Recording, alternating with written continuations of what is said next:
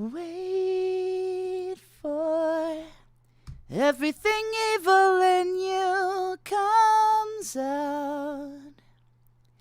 I'll stain will only motivate sound instead, Sergeant. Make for the table in hopes that I won't be afraid again. Call when enabled and send the leader out again. I will stage a reenactment in a false pretense exist in flames. Unworthy unconsciousness, why debate when the action's suppressed and kill the acquitted? Listen to the sounds that remain in question in hopes to solidify a truth amongst the children and the jury that stands the verdict alive here among the dead. Evolve! Monsters, show me the things I never wanted done. Evolve! Monster, do to me the things I never wanted done.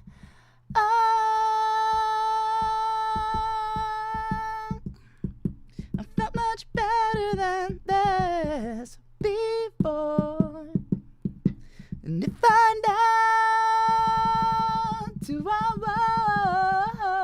won, and the accidents kept digging away, they say. Hello, Pastel Hexes. Hello, Brody. Hello, Crystalline Foes. Hello, Isabel Incorporated. And hello, Sun Commentary. And thank you for the compliment. Blood hungry, cannibalistic, unfit family ties. A series of knocks to the young girl's head side. Come write me a letter and paste it on my refrigerator door. I actually got this at the Oklahoma Welcome Center on the way in from Texas. Inspected, Inspector, I think we found something over here. I felt much better than this before. And if find out to I won, and the accidents kept digging away. Going to see 2 movies in theaters starring Fantano in the next week. What movies are starring Fantano in? What? What's happening? Isabel, what is going on? I didn't know about this. He's in Are they documentaries? Is he acting? There's no way he can act. I don't believe it. Doesn't suit his disposition to try to be a different person. Well, I guess he's Cal Chichester, but I don't know if I would call that acting. Yeah, I assume she's talking about Fantano, the music review guy. Jesse, just come look at what your brother did. Here he did away with me. Jesse. Charlie XCX is the moment in Nirvana the band, the show, the movie. Oh, wow. I didn't know he was in Nirvana the band, the show. I've heard of that. I haven't seen it. I know the movie's coming out soon. Just because I looked at every release that's coming out all year. Last weekend, I spent a couple days just like cataloging everything that's coming in 2026 so I could be better prepared. And yes, this is Coheed and Cambria from their first album, Everything Evil. A perennial fan favorite, more so because of the guitars than because of the vocals, although the vocals are great, but the guitar riffs in that song are completely insane. Stay stay until Wednesday and write me a childlike letter pretending at war here on Thursday. Let's make this our last day at home by the fence. Would you run? Would you run? Would you run down past the fence? And she screamed, Claudia, oh, dear Claudia, oh, I wish, goddammit, we'll make it if you believe FBI. What a good fucking song. What an amazing album. Coheed and Cambria's first album. I can never get tired of it. It's I feel like my heart is inside of that album. He's not in the show, but he's going to be in the movie. School Wi-Fi not great. You're fine. You don't got to apologize. I'm just singing in between, waiting for more people to show up, and anybody can ask me anything about anything, you know? I'm just here to socialize. I really want to get a read on where everybody's at. I just want to know where you're all at, like, emotionally, mentally. I have seen, oh, no, not today's JJK. No, I have not seen today's yet. I will when Bird gets home, probably. Mentally? Meh. Well, yeah. I've been really trying to work on my personal health. And I gotta say that just to my own ears, hearing myself singing just now, I was like, I can never smoke again because I haven't been smoking and I sound way better. It doesn't hurt at all to sing in that pitch. Feels actually pretty good.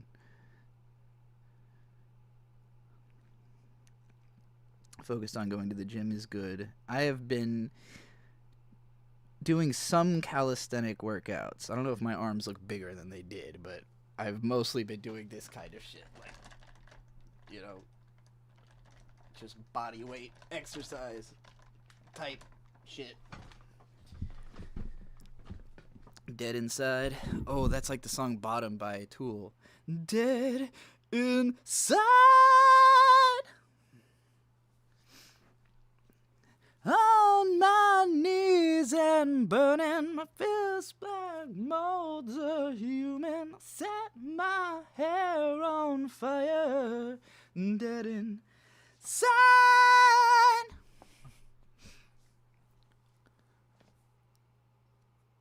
If I let you, you would make me destroy myself. In order to survive you, I must first survive myself. But I can sink no further, and I cannot forgive you. I have gone to great lengths to expand my threshold of pain. I will use my mistakes against you. There's no other choice. Nameless now, shameless now, nothing now, no one now. But my soul must be iron, 'cause my fear is naked. I'm naked and fearless, and my fear is naked! Dead inside! That song is so fucking good. Dead inside! I think that's actually probably my favorite Tool song. Super underrated. From their first album. Undertow. Trying to get my husband to buy a Rottweiler puppy. You've got 5 dogs. He said we could. Oh my god. You're on a Tool kick? Oh, that's awesome.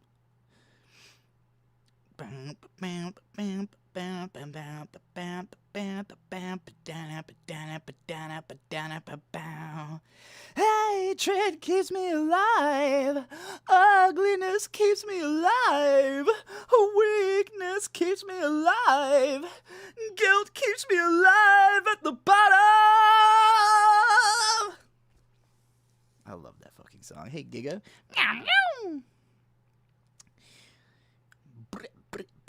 But yeah, I'm trying to check in. I'm trying to figure out what's going on with everybody. What's the temperature? What's the stats? What's it? What's the vibes? What's everybody trying to do, you know? I've been in a spot where, like, for years I've kind of just like had ideas and then just make thing. You know, like have idea, make thing, and if I like it enough, I put it out.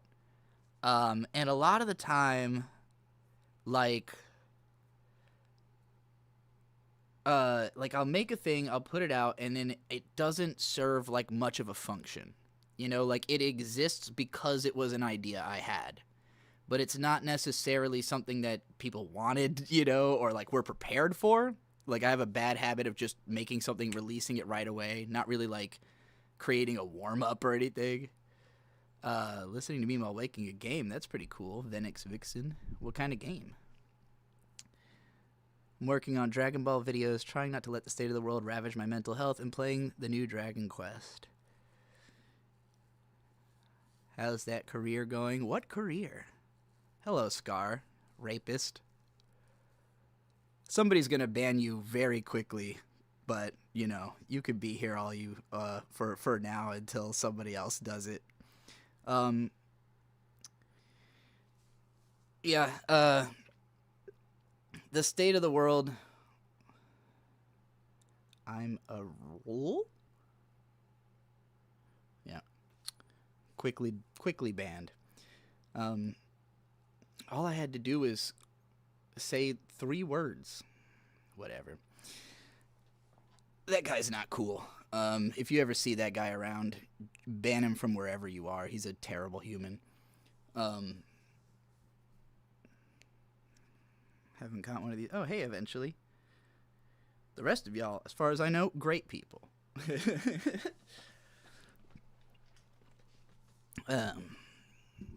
On the state of the world, you know, it's always been this way. Like, that's why I try not to, like, I got way too heated last month. The Renee Good killing got me way too heated. And I started bringing heat onto myself in a way I don't need.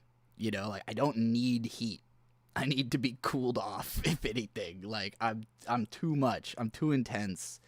That was also part of what motivated me to do a live stream today, is that I keep recording vlogs and the subject matter is just too intense. Like, I keep thinking, like, these aren't really fun. Like, I'm trying to give what I consider meaningful life advice, but I don't know if that's really what anyone, like, needs, or if they just need, like, a fun thing, you know, like a fun little thing to do, like a nice conversation or something funny or something, you know, cute or distracting, or at the very least, you know, not quite so embattled, you know. I don't want people to feel like you're trapped or whatever. The Epstein files are making me crash out. See, like, that's one that it hasn't.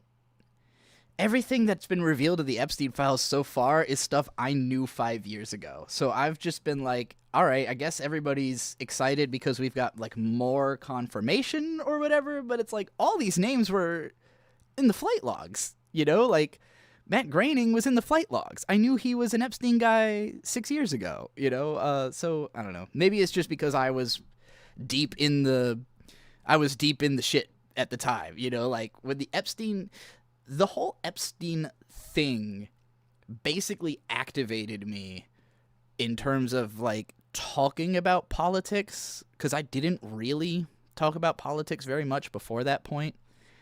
But it was such a, like, a wake-up call to me to be like, oh, this is what's going on. Like, I knew that the world had conspiracy. I knew that there were, like, you know, rich people doing bad things. I didn't understand, like, what or why or what is the mechanism of it all. And then the Epstein thing made me go, oh, this is what they're doing. This is what the billionaires are. This is what it's about, you know. And so it just, you know, in the worst way possible, made everything make sense. But ever since then, I've felt like I'm waiting for the rest of the world to kind of not even to catch up, but just to accept it. Like, to accept what we were given.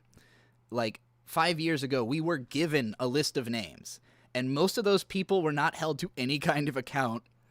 And now we're being given basically the same list of like names and implications. I just think people are way more open to believing it now because we've, spent the last 5 years, oh, you read a victim journal? I could not do that. That sounds awful. Like, as an experience, that sounds awful.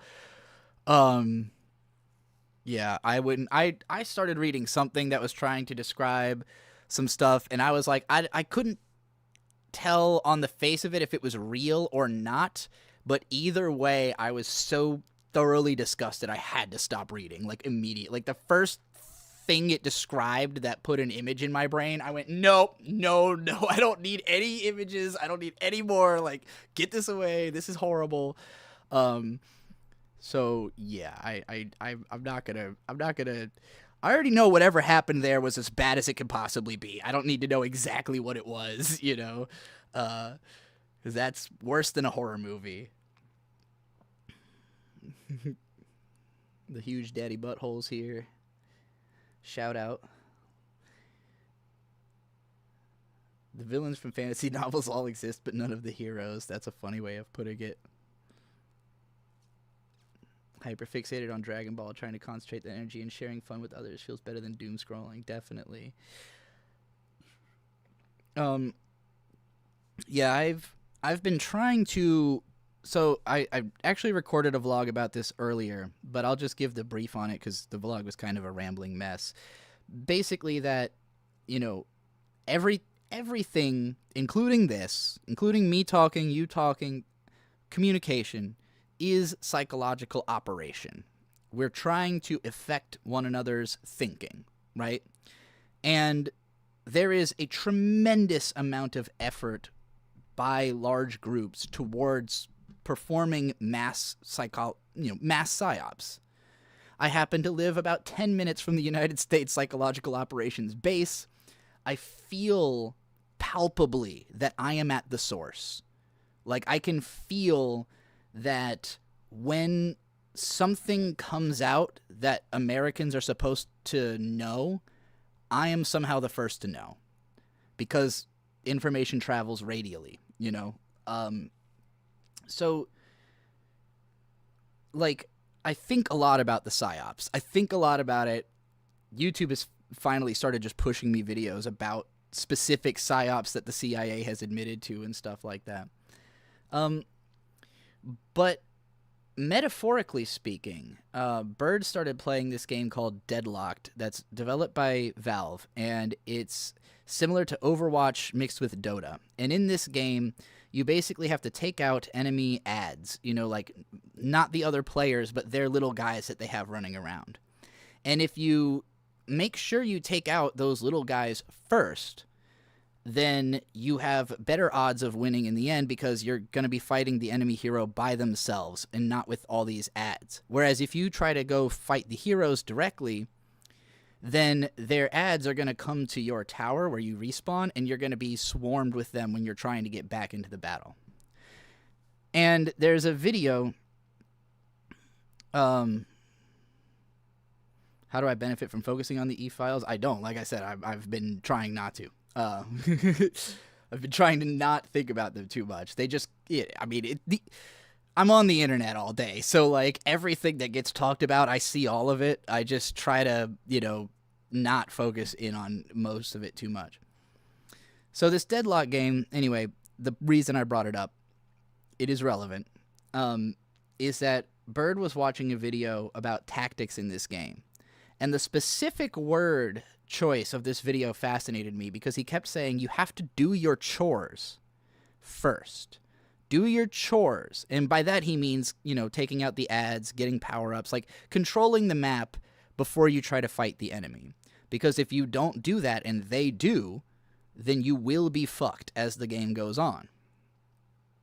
And it reminded me of Tetris puzzle fighter games, or like, Puzzle Street Fighter or Pokemon Puzzle Challenge, like any of those games where you're fighting an opponent but using like a panel de pon or a Tetris, like a puzzle game format. Because in those games, when you score a big combo, it drops trash onto your opponent. Trash meaning like blocks that have no color. Like usually these are color matching games, like Bejeweled, you know?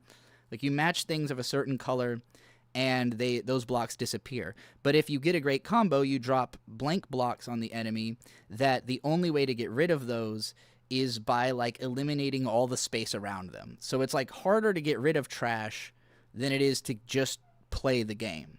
And so your goal in these games, if you're good at them, is to score the biggest combos possible as quickly as possible so that you flood your opponent with trash, and then they're too busy dealing with the trash to combo you. Because if you keep hitting them with combos and you keep dropping trash and they can't deal with it fast enough, it's just going to fill their screen and destroy them. That's what the psyops are doing to you. They want you to be covered in mental trash. They want you to be so busy dealing with all this extra bullshit that you're not just solving your own problems. You're too busy worrying about someone else's problems that they're causing for you. But the more distant those problems are, the more it is purely psychological, right? Like you're getting information about like potentialities that are scary. But you can't worry about those potentialities in the moment other than to future-proof yourself against them. If your instinct is to rush in to try to deal with it, then you're just going to end up so distracted by that you're not doing your own thing, you know? In a situation where, let's say you're in the puzzle fighter game, like if your opponent gets a big combo and dumps a bunch of trash on you, you can't let that distract you from continuing to set up your own combo and dumping a bunch of trash on them. And then when they're dealing with trash, and that gives you the time to deal with your own trash, you know, and then get back on track. But so a big part of how I've avoided trash is I removed, other than Blue Sky, all of the social media from my phone. I don't have Discord on my phone anymore. I don't have Instagram at all anymore because, and, you know, no Facebook, because I will wake up in the morning and I'll look at my phone and I'll get a bunch of trash dumped on me right away. And then that's what I'm thinking about when I'm doing my chores, if I even get to my chores. It could be that I get so emotional that I immediately feel the need to act on it, right? Like maybe I wake up, I see that something happened, it infuriates me, and now I feel like I need to make a statement. I need to make a video. I need to talk to the people about this. And like, that isn't as beneficial as it would have been to do whatever I was planning to do that day anyways. You know, like if I wake up in the morning, don't look at the phone at all, so I have no idea what's happening, and I just go brush my teeth, take a shower, get ready for the day, and then I feel really good, and then I go online, I'm way better prepared to deal with whatever I'm about to see. You know, like if I'm too emotional to do my chores won't get done. If I do my chores, then I have the emotional space to start fighting, you know? And the people who are the most successful are either not having to do chores because they've offloaded all that, they've systematized it, automated it, given it to someone else, you know, whatever. Or they are just really on top of their shit, you know? And most of the trustworthy people are just really on top of their shit, you know? Like, people who are offloading everything, they're not really considering what they're making someone else do a lot of the time. Whereas if you are just really in control of yourself, then you don't really need to ask anything of anyone else. You know, you've got your shit locked down unless they are, you know, doing something that's hurting you or hurting someone else, and, you know, you're trying to prevent that. But again, the best preventative measure is having personal strength. You know, it's harder to take you down if you're strong.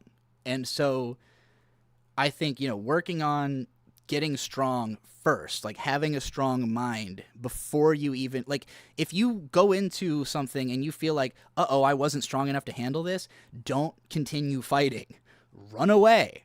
Live to see another day. Go train. You know, like, if you get your ass kicked and you're still alive, go train in the mountains for a couple years until you don't think you're going to get your ass kicked again. Like, so, yeah, I think that it's very important that people have more of a mentality towards like I gotta protect myself. Put your own mask on first before you put on the next person's mask, to use the flight analogy. But yeah, like I think that the emotions you're feeling are valid, and that's why it is easy to feel like, well, I need to react. You feel like, oh my God, this is so intense. I need to do something about it. But like, the best thing to do in any situation is going to be have a plan. It's always going to be take a step back, assess the situation, figure out what you can do that will actually be effective. And on social media, all I see is flailing. I just see so much random flailing, so many like people get mad and then they have to make a pithy little comment and then they throw that comment out there and maybe they get some likes and some reposts, but the comment does nothing. It changes nothing. There's so much preaching to the choir. There's so much just empty anger, just being dumped onto the internet. And like, I'll see it and I'll go like, yeah, you're correct. But what does that change? So yeah, I think everybody needs to be a little bit more tactical with their anger, basically. I have to pee, and then I'm going to redo everything y'all have been saying in chat. I guess I should like play a song or something while I go pee. Somebody asked earlier if I had considered like making more songs where I sing and rap as opposed to just rapping. And I actually have quite a few of them, just not really like on one album. So I've been putting together these compilations, and I've got one I haven't dropped yet, called Cuts Too Deep, which is just my emo songs. Some of these are rap, or, a combination of both. Oh, I didn't fucking time code it yet. That's why it's not out. But most of my singy song stuff will be on this compilation. Now, granted, most of this I'm not singing as well as I was today, so let's see. What's a song I want to play while I piss? What's a nice quick little song? Maybe one that's not super creepy. Yeah, here we go. This is like an emotional, quick little singy song. You offered to bleed for me, and I wished you had offered to smile. For some reason, this song only comes through the left channel. Okay, real quick, let me downmix that to mono, if I can. Can I? YouTube really needs to build in a downmix to mono feature. There needs to be a button I can press that makes it so the fucking audio is mono. I can't believe they haven't done this yet. Sorry, this is only going to come to the left. I don't know why. I didn't really notice until just now, but okay, whatever. This song's going to come through your left ear. I gotta pee. You offered to bleed for me, and I wished you had offered to smile. I know you don't want to sleep, but you're wrinkling your face every night. You're beautiful in spite of the part you want to hide. You're beautiful inside of the part you want to hide. We had such a lovely time even after you cried on the floor. And after I hurt myself that night, I regretted it more. Never before, because I broke your girl. Like never before, I want to protect our girl. I'm a sentimental freak, and I'm so prone to these mood swings. If I gave you a peek, it's after staring through these screens. I'm coming back again as many times as you'll have me around. But I'm gonna bully you out of that frown, and you're gonna tackle me to the ground. We're gonna roll around and around.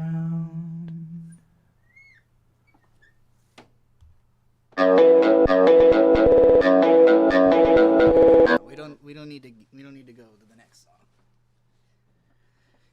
All right, wasn't that a cute little sad melody? Anyway, I'll drop that soon. I just wanted to put out another video between the music releases. All right, scrolling up. You're gonna stream Dragon Quest VII today, Gigadonk? Okay, I'll probably watch some of that. Probably while I'm editing my Turn 8 Gundam video for today, for Nova's anime blog. Clippa said, Pac said it, fuck Jay-Z, all the rich and powerful equals evil. Yeah. Just, this is what I've been saying for years. It's like, why become a billionaire? Like, what could you possibly need billions of dollars to do other than evil shit? There's just no need. Like, you can't spend $1 billion. You literally can't spend it. It's just about untouchability in the eyes of the world, you know? It's the perception of power. But, there's nothing you need $1 billion to do other than get away with whatever you want, you know? Which can only mean, like, really bad things.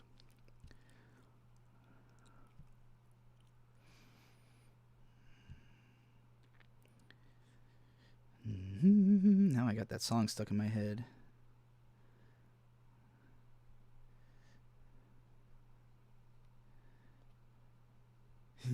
The Virgin headphone wearer versus the Chad Logitech speakers I got from my mom in 2012.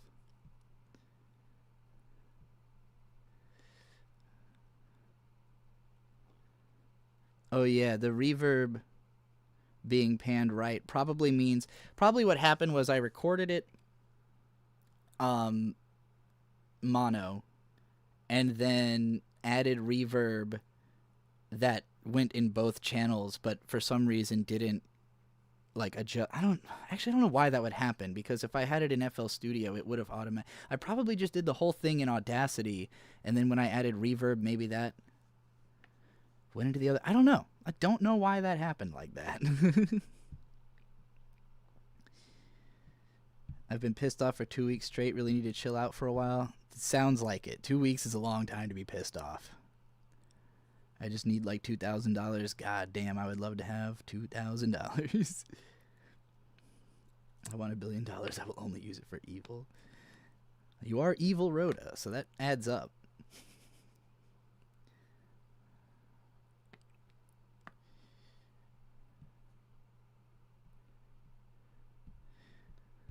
Ooh.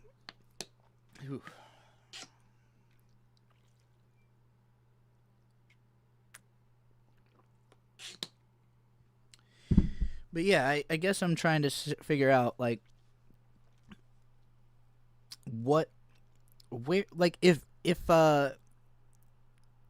if it wasn't for, maybe not if it wasn't for, like, being undistracted by what's happening in the world, if you could imagine such a thing, what do you wish everyone was talking about? Like, that's...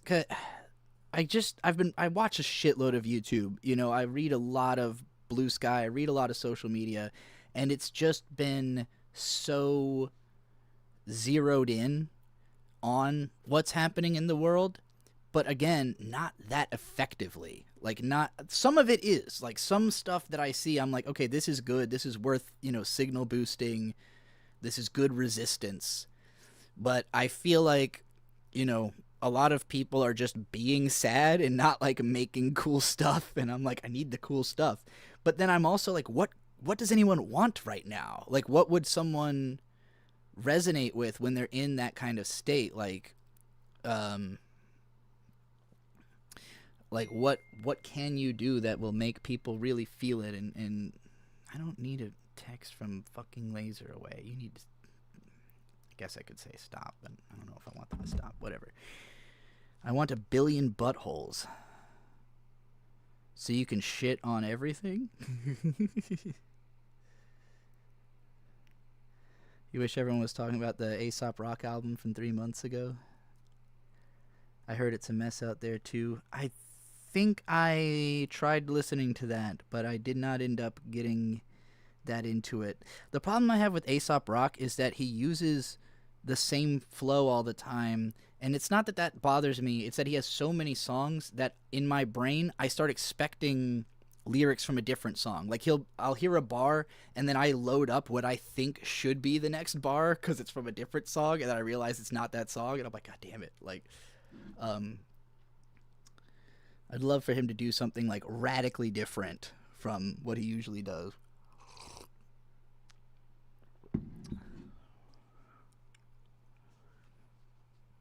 People are getting sadder. The time is right for getting more people into Dragon Quest. And yeah, I gotta so Gigadonk and I recorded this incredibly long Dragon Quest discussion video, and also both of us recorded our entire playthroughs of Dragon Quest 1 on the Super Nintendo. And I've been editing it, and I have like this beautiful first 30-minute chunk of this video. And then there was like 3 more hours.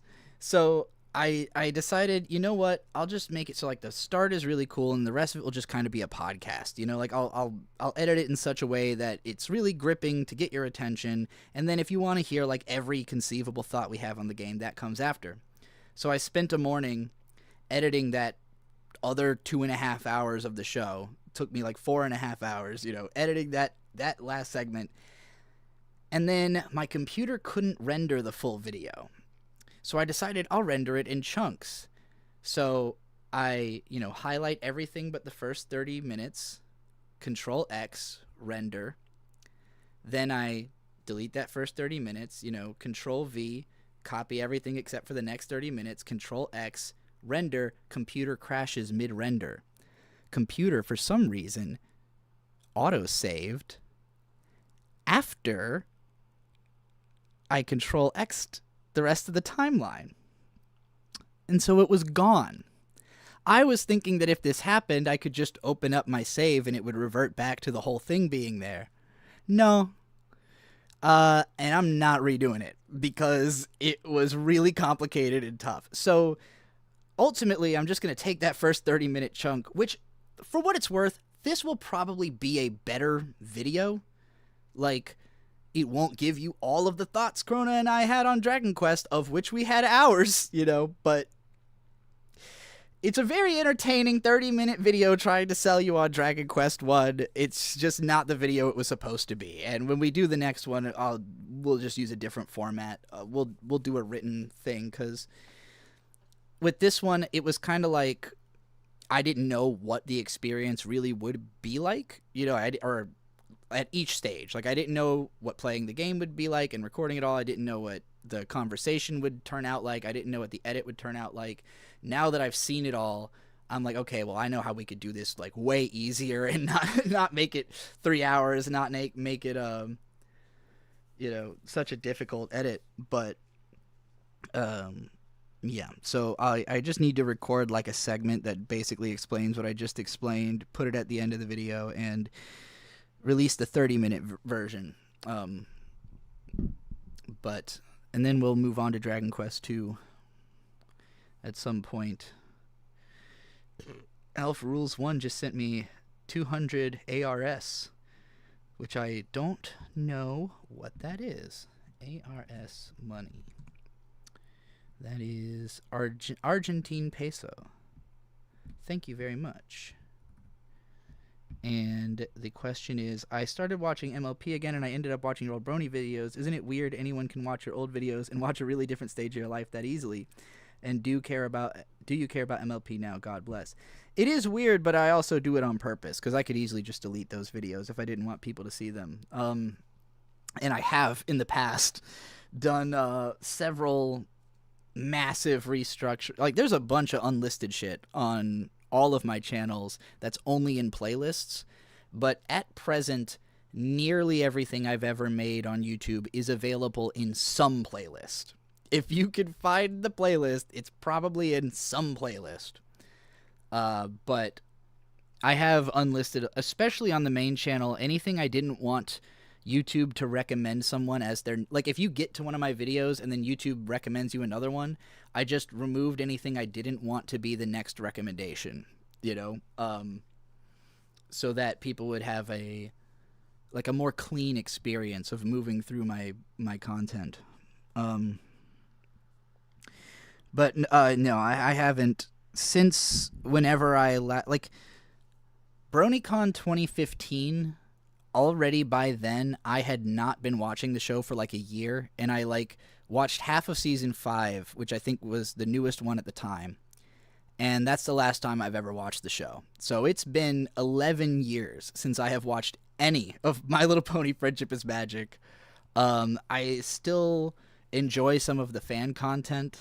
Um, some of it's nostalgic, but I have never gone back to like watch it again. I've considered it, but release the hidden video files. Well, like I said, they're in playlists, so you can find them. Unless you're talking about unreleased videos, in which case I have dozens of those too. But I'm trying to vault more stuff because, like I said earlier, if you just make something and release it and then it has no real effect, it feels pointless. So I want to be more tactical about what actually comes out. It's fine if I just make something because I need it off of my chest, but if it doesn't actually, amount to something that's going to do anything, then there's just no need. That Discord song is still a banger, I'm sure. I liked the original Eurobeat Brony version, and I did re-listen to that the other day, and it's fine up until it has the generic dubstep drop like halfway through it. I was like, I can't with the 2012 fucking dubstep.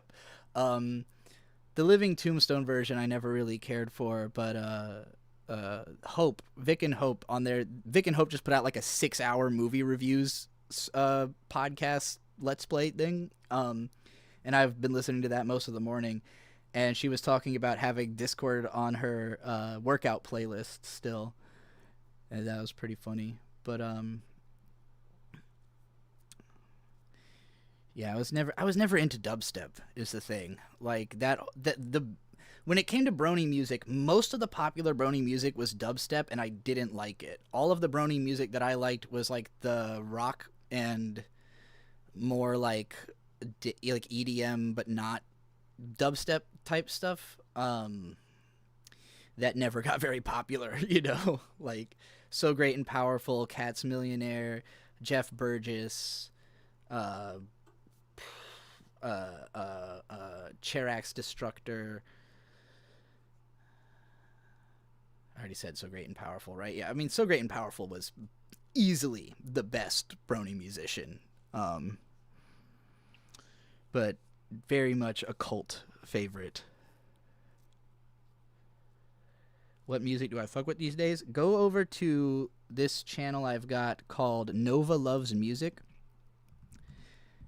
I'll put a link in chat.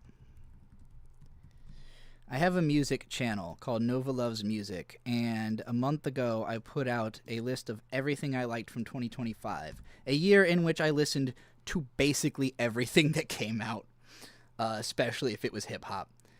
And, I've got very selective tastes, so I'll listen to 100 things and like 2 things, but those 2 things I will then listen to 100 times, So anything I do like, I'm pretty fucking adamant about it. My favorite album of last year was Country by Cleo Reed, spelled Cuntry, followed by the De La Soul Cabin in the Sky album, followed by Clip's Let God Sort 'Em Out, even though Pusha's in the Epstein Files. Alf Rules 1 with RS100 says, on another note, are you still in contact with Jesse? No. There's no I in his name. If he saw you spell his name with an I, he would freak out on you. I'm just letting you know that. It's Jesse. And he still makes videos just exclusive to patrons. Like, he's been a patron-exclusive YouTuber for years and years now. But, no, I haven't talked to him since forever ago.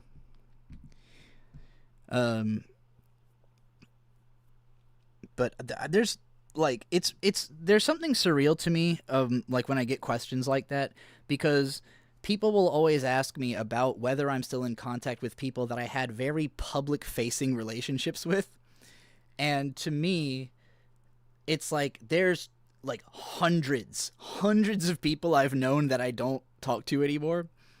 And so it's funny to me, like, how, most of them nobody knows. Most of them nobody's heard of or, like, isn't thinking about that way.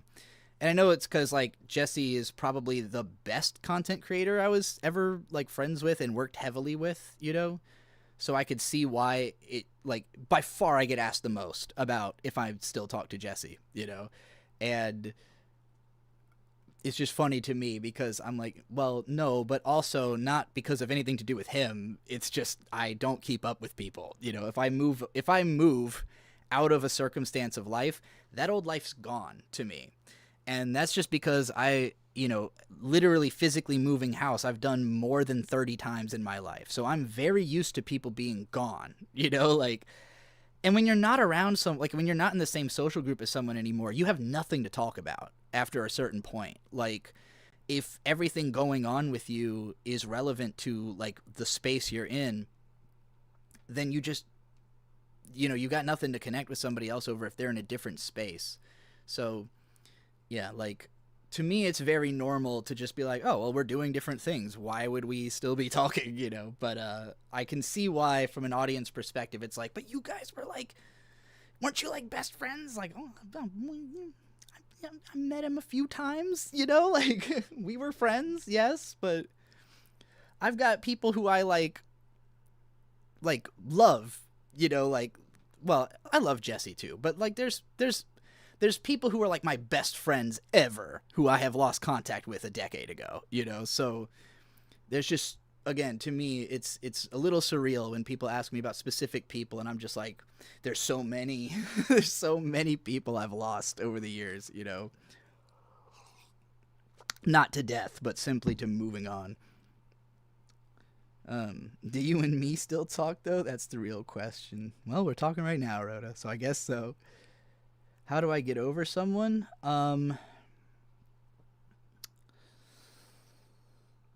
Think about something else. Find a new thing to be into,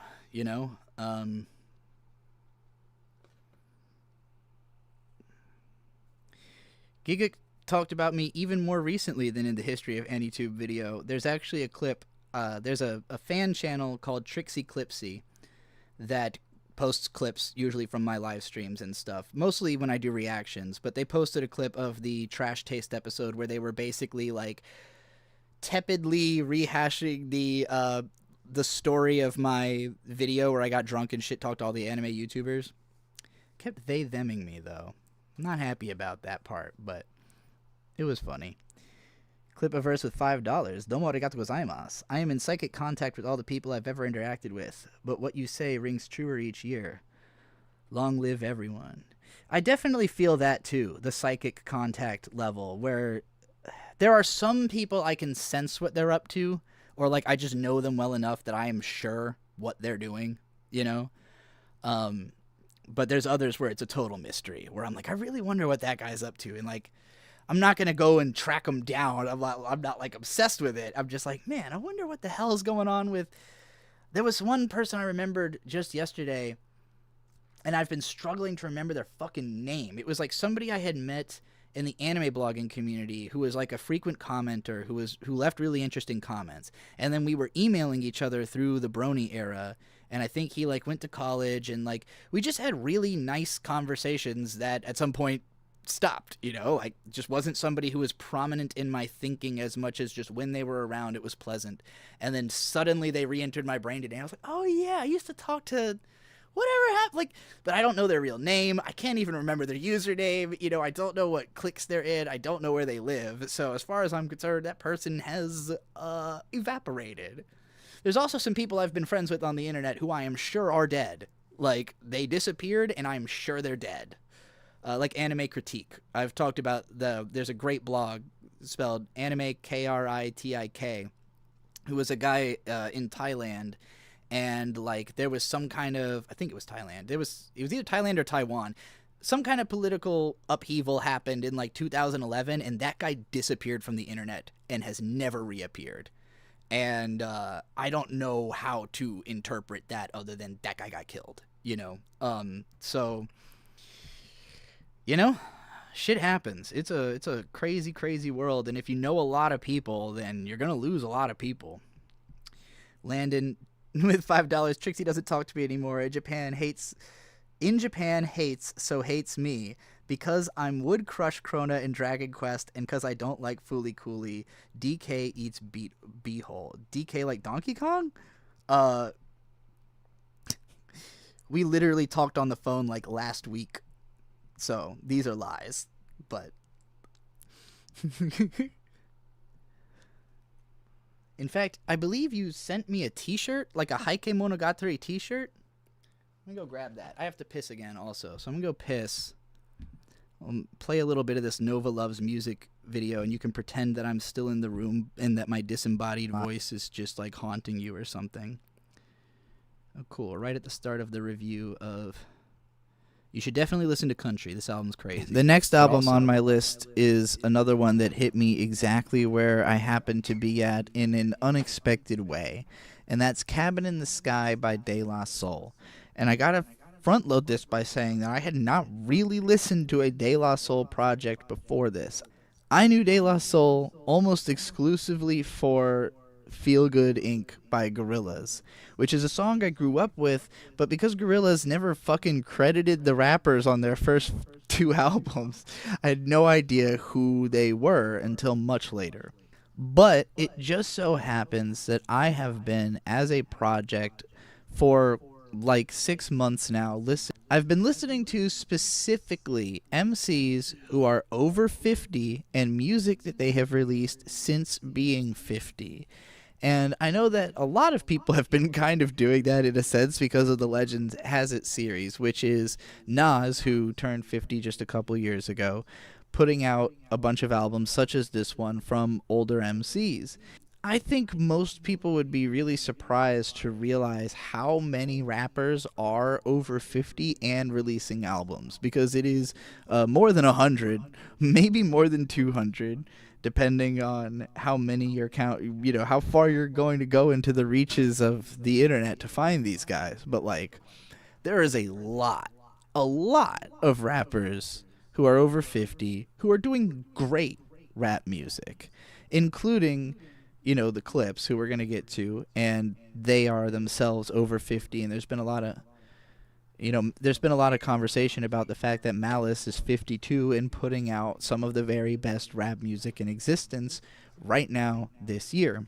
And so there are a lot of rappers who are featured on this new De La Soul album that I wasn't especially familiar with. I'd maybe heard a couple of their songs before this year, but it just... Okay, you get it. Great album. Okay, so... Landon, I really appreciate you sending me gifts, I appreciate this shirt as a work of art. This is a large.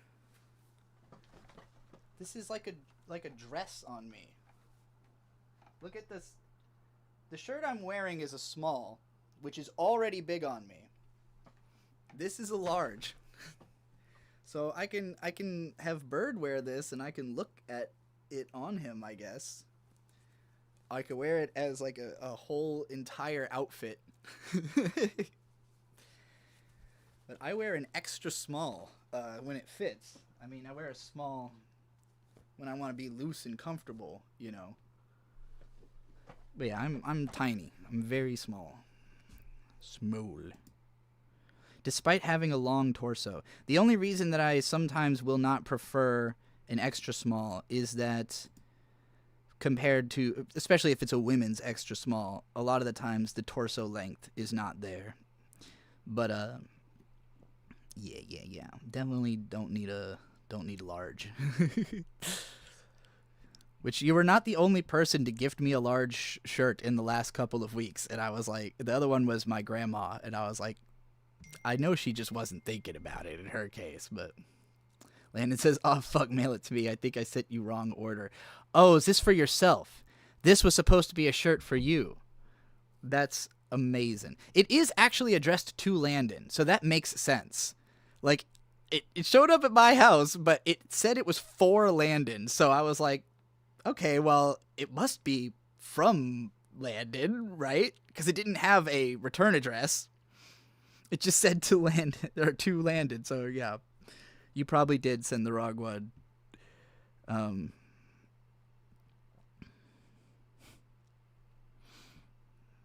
catching up on chats from when I was taking a piss. I've got the fucking Discord song stuck in my head now.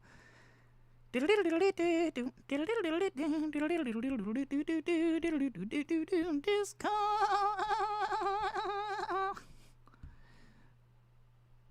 terms of what I want from the world right now, I just want novelty, small things to spice things up. And novelty is nice.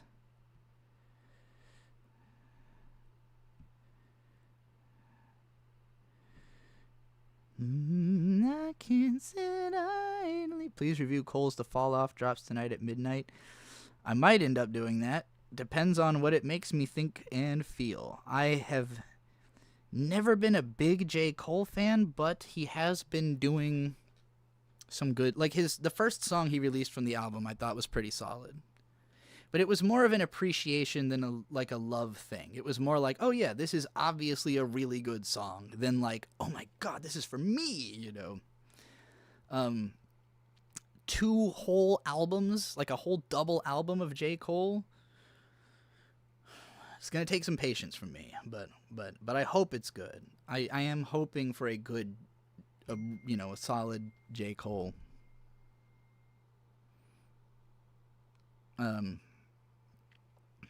Because I don't like being a hater. Who got banned? Oh, I don't know. I don't know what happened to this Lambob 62. I guess Giga did it, but I wasn't there. So, hold on. Let me view the deleted message. What did this say? Do you support Israel's right to exist? Yeah,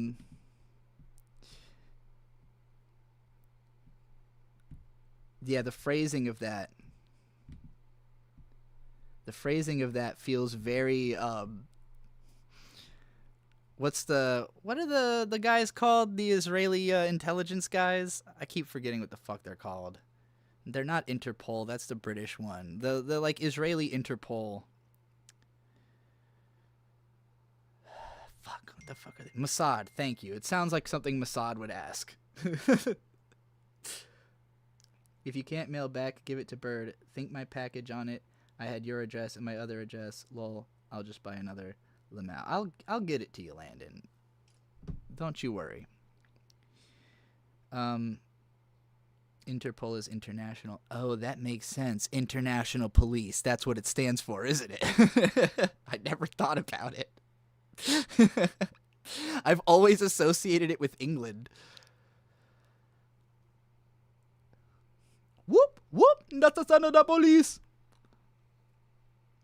And the band is from New York. It took a lifespan with no cellmate and a long way back. Sandy, why can't we look the other way? You're weightless, semi-erotic. You need someone to take you there.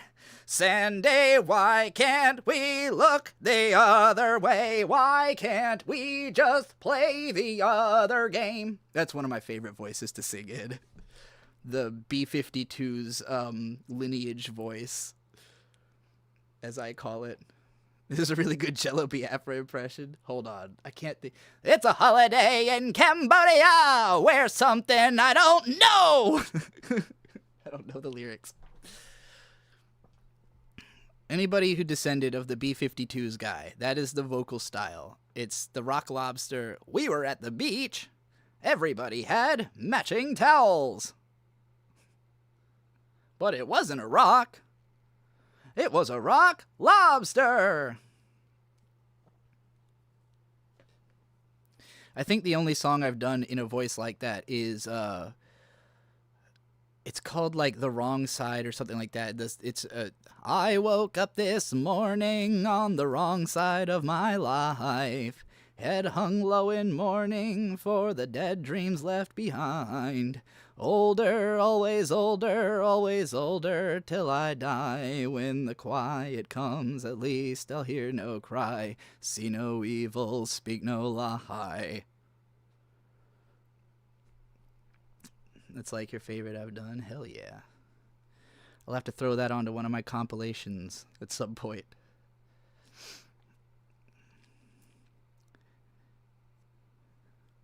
Ah! Yo,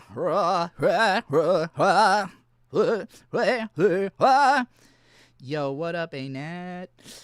Everybody's here. I love it. Do pig squeal? I don't think I can do a pig squeal. That's the best I got. Maybe. Yeah, I'm not that good at it. I'm no Lorna Shore. I can't do the epic pig squeal meme fucking deathcore vocals or whatever the fuck that band is considered.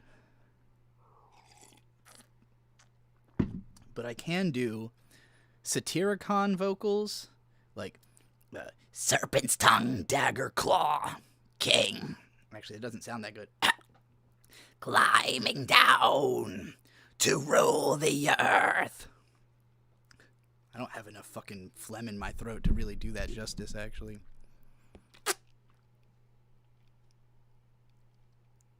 I could do Deathclock vocals. Trying to think of a good Deathclock song.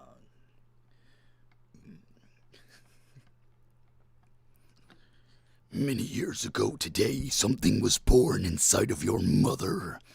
That thing was you. You. Did she scream? Did she cry? Oh, you know what actually my favorite one is to do is the Final Fantasy X. Don't you want it in other world away to?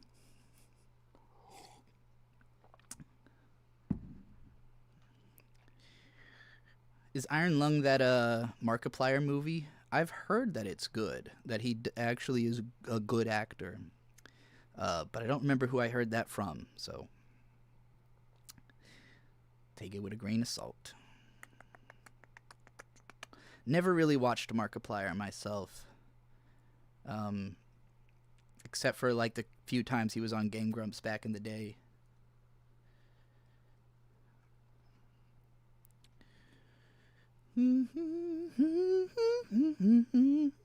Now y'all got me in a musical state of mind. You got me wanting to sing some more, and not in a way that damages my throat as badly as what I was just doing.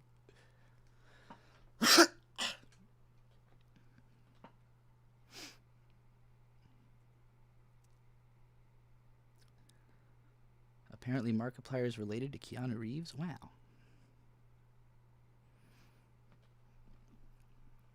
They've both got that, like, Asian look about them, so I could see it.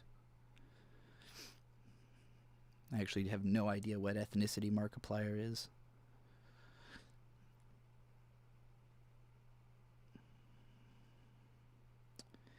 He did make Five Nights at Freddy's popular. I do know about that. Keanu's best role, Shadow the Hedgehog. Could be. I still haven't seen that movie yet. I've got the wrong side stuck in my head now. I woke up this morning. It's just a really good melody. Surprised I wrote it. No, I'm not. I'm an amazing songwriter. What am I talking about? Why would I ever FUD myself? I have no need to do that. I like my music. That's why I keep compiling it into new albums. We could watch it together when I break into your home. We can do that. Afterbird makes me binge Jujutsu Kaisen. I don't know if we're going to make it that...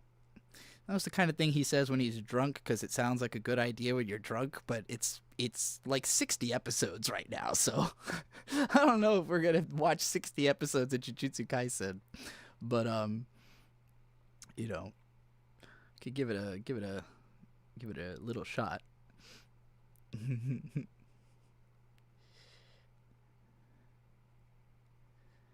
We'll get drunk and then binge 60 episodes of JJ. That would be a long time to stay drunk. Although that was kind of...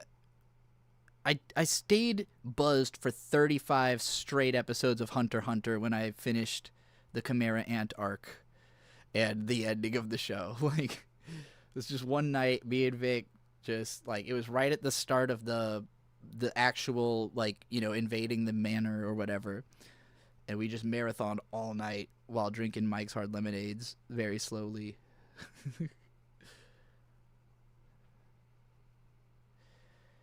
Jujutsu Kaisen is like, I would recommend if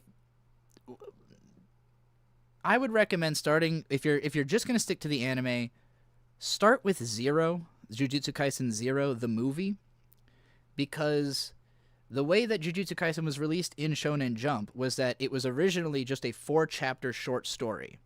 And then that story was really popular and they really liked it, but they asked him to create a new main character because the original main character was just like really depressing and like kind of a downer guy, which suits the tone of the manga really well. So then when Jujutsu Kaisen came back, they gave it this new hero, Yuji, who is much more of a traditional shonen protagonist, but the show is about breaking him, like just utterly breaking this guy. So when you start the anime, it feels a little bit like, oh, this is just like Bleach. This is just like a Bleach or a Yu Yu Hakusho or whatever. But it's only as you go along and just constantly have bad things happening to this dude and watching his psychology just get fucked, that's when it really gets interesting.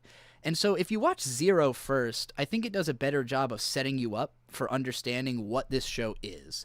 Because, like I said, I just thought it was like another Bleach, like a somewhat edgy action, shonen thing.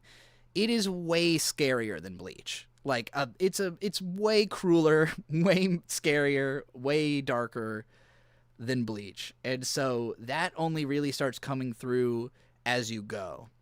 But if you start with Zero, like I said, I think it just sets it up better because the main character is more of a depressive guy. You've got a better sense of like what the overarching story is about from the beginning. Whereas the TV show, it kind of takes a while before you really understand like where the fuck is this going. Like you keep introducing all this shit and all these characters. Where is this going though? So like Bird and I initially had dropped Jujutsu Kaisen like 15 episodes in. And then when season 2 came out, we decided to just skip to season 2 because we wanted to talk about it on We Watch Anime because it was going to be the most hyped show. And the first 4 episodes of season 2 are an even further back prequel than Zero. So like the first 4 episodes of season 2 are the beginning of the timeline of what you see in Jujutsu Kaisen, like in terms of following the characters that matter. And then after watching those 4 episodes is when Bird got interested in the show, and he went and watched Jujutsu Kaisen 0, and that got him interested enough to finish the first season, and then he convinced me, like, hey, this is actually really good, And then by the time we got to the end of season 2, and the Shibuya arc is the craziest shit in the world, then he went and read the whole manga, and, he loved it all the way through. He's just like, this manga fucking rules. So we've been pretty hype about season 3, and episode 4 of season 3 is just one of the best episodes of anime, period. You could watch that episode totally by itself. You really don't need that much context, I think, to understand it. Like, context would probably help because you would understand that it's been set up that this was going to happen, but it's so self-contained, and it's just a god-tier anime episode. Like, it's perfect as anime episodes go. Episode 4, season 3, unbeatable. So yeah, I think it's worth it. Even if it takes a little while for you to really totally get like what makes this special. Also, just the animation gets so insane in season 2. Like, it is the benchmark for action animation right now. Like, between Jujutsu Kaisen seasons 2 and 3, the Chainsaw Man Reize arc, and whatever the last season of Mob Psycho, is probably the best action animation that exists at present.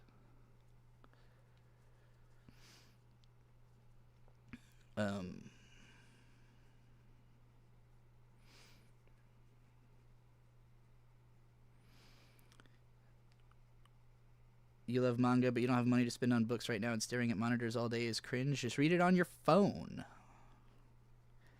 The best way to read manga is infinite scroll, in my opinion. Like, the nice thing about reading manga on a monitor is that most manga reading websites let you just have all the pages load at once, so you just keep scrolling down and you never have to physically turn a page or like click the next page or whatever. You just keep reading in one continual thing. And it just makes speed reading manga so much easier.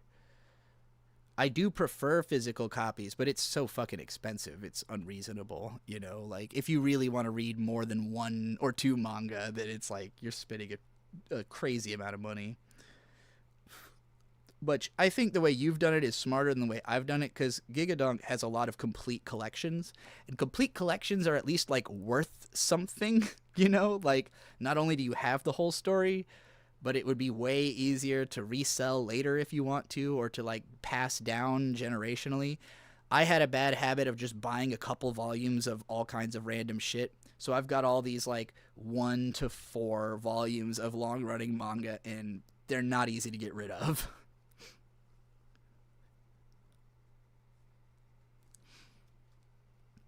Two-page spreads are fucked on mobile. That's true.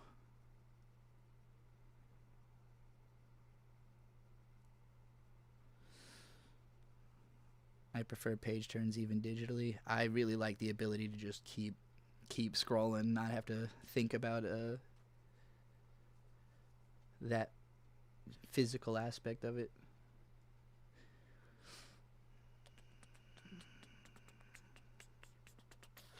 Gary Always is here. Yo, yo, yo. What did I miss? What did I miss? Head first into a political abyss.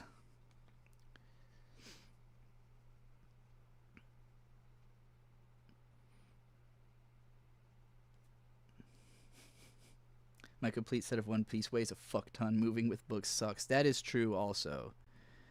They're not easy to move around. Very much a like, I am a dragon in a cave and this is my collection type of a media.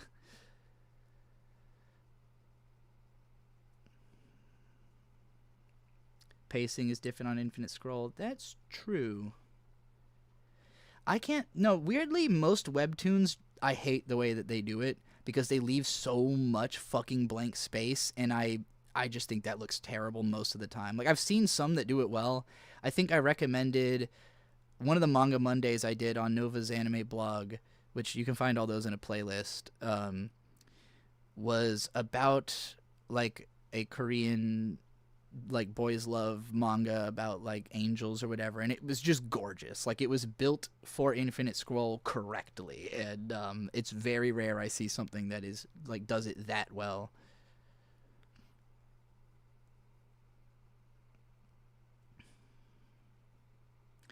But yeah, like, for instance, when it comes to the page turn, I mean, there are some artists who are, like, Fire Force is one of the most exciting page turn reads, where, like, I think Atsushi Okubo is, like, an absolute god of setting something up on the last panel, and then you turn the page, and it's just the best-looking impact you've ever seen. It's still the one that comes to my mind every time I think about, like, what is the coolest page turn manga? Which the anime, unfortunately, is nowhere near as pretty. Not as pretty as the Soul Eater anime, not as pretty as the Fire Force manga.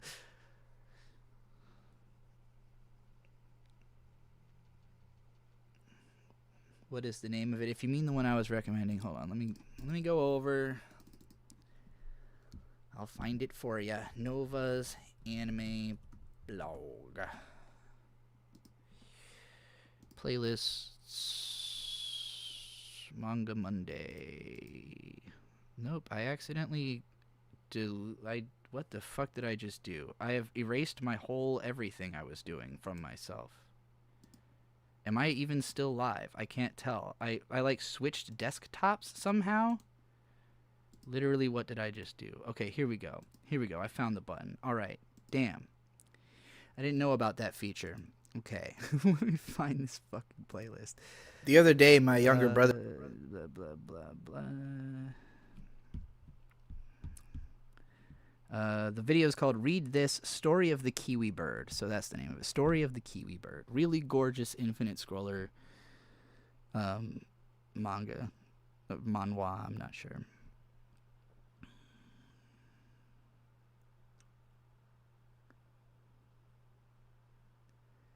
You seem to be live. I do.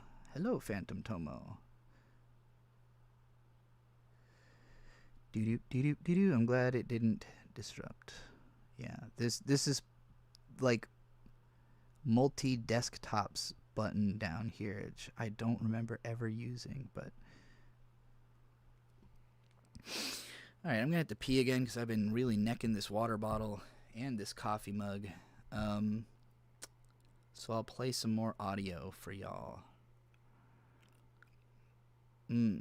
Super Eye Patch Wolf just put out a video called Why I'll Probably Never Make a Neon Genesis Evangelion video, which I assume is itself a Neon Genesis Evangelion video, and therefore a trolling title. Pretty funny. Let's go over to the Big Dumb Angry Funny singles compilation that I put out, and we'll play a short song from that while I go piss. Bell of the Ball. She hella tall, but she's still my shawty. Bell of the ball, she's got that 40. Hold me, lift me in the air and throw me. Hold me, if you got a package, show me. Roll me, that's a lot of baggage, you hold it. Leave it by the trash, keep a stack this morning. Roll me, all over the land with the homie. And I give a head, cause I know he'll bow me. Roll me, 50 blunts like a Snoop, while you do me doggy style. 50 grunts like a booty grooving to the outer wild. Homie, out and out of wild, smoking on some wild ground weed on the scene. Eat, drink, and making loud sounds. Waking up the whole town, rolling up the ghost towns, turning up the whole sound, shoving down the ground round. Habanero ketchup, fucking got me messed up. She hella tall, but she's still my shawty. Bell of the ball, she's got that 40. Hold me, let me get the air and throw me. On me, if you got a package, show me. Roll me, that's a lot of baggage, you hold it. Leave it by the trash, give a stack this morning. Roll me, all over the land with the homie. And I give a head, cause I know he'll blow.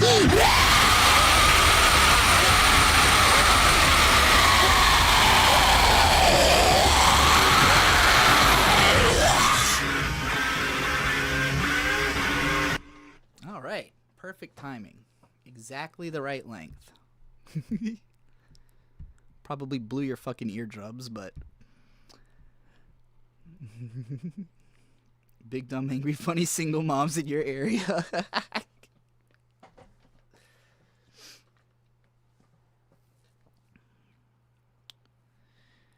AI video dogs saves baby from burning fire. 1 like plus 1 prayer.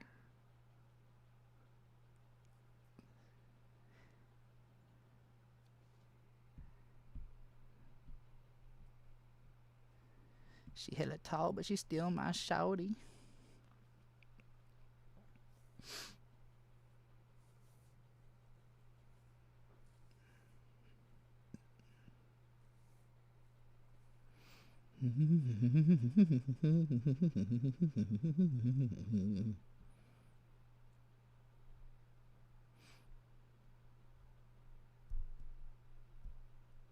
Yes, indeed, about Story of the Kiwi Bird. Oh, right. It's 4 o'clock. Tonight I have to make a Turn 8 Gundam video. So I'm not going to do this stream super long. It's only been going for like 80 minutes though. So we can go a while longer. But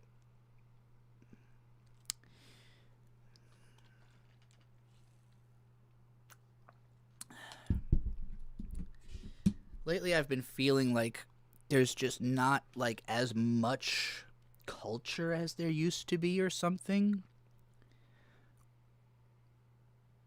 Not as much variety in culture, maybe. Like, I keep hearing people say that there's not a monoculture anymore, and yet I've heard that enough times that that idea is monocultural.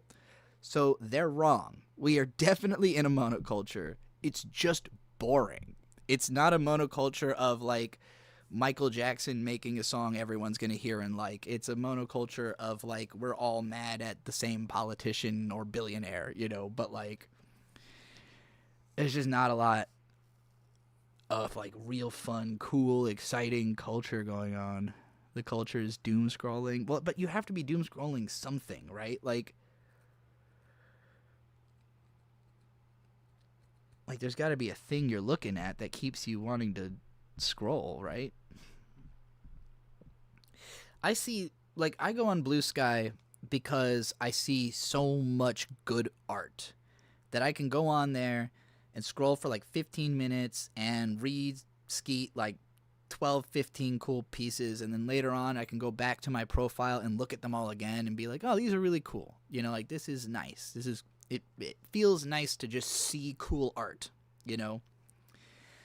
And I watch a lot of YouTube videos, and sometimes they're like really inspiring, or they've got like a really cool nugget of wisdom in them, but a lot of it is basically just like, this is my job, so I have to make a video every, couple of days. And it's not that they're like bad or anything. It's just that, I can only hear so many people give very similar takes on the same subject in a row before I'm like, man, somebody's got to do something different, like somebody's got to make a video that's not about the current thing going on. Thank you, Gary, for the 555 Game Over's trailer. Are you asking me to watch that? Because I don't currently have an on-screen thing, so you might not be able to see it, but I'll check it out for myself if that's what you're going for. Oh, this looks cute. Oh, it's a glitch show. Okay. Gobbles the Lernosaurus. Hey, Gobble! Hold on. I can make this be on screen. It's a short. Oh, okay. Well, that's all fucked up and cropped wrong, so that's not what I want. How about this? There we go. Although that's the wrong display.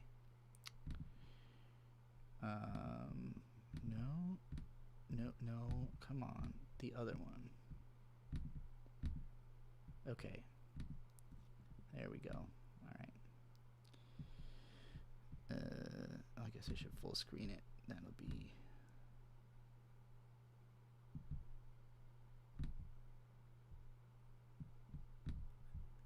Move it over here so it looks more like I'm looking at it. Okay. Gobbles and Stegosaurus. Bongo Raptor! We collected all 6 of the missing vowels. Now all that's remaining left is to reunite them with the stolen captured consonants. Well, good luck. Tell me what to take dinosaur way! Gobbles! If me can't read, nobody can. You missed a few letters, Crummuggin. You can't create words without vowels, Crummuggin. If you could read, you'd have known that. Look, the letters are trying to spell something. Oh, no, wait! We're too late.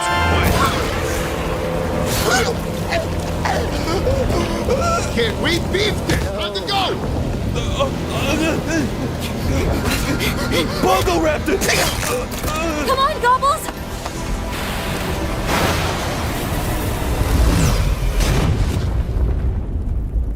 I like the...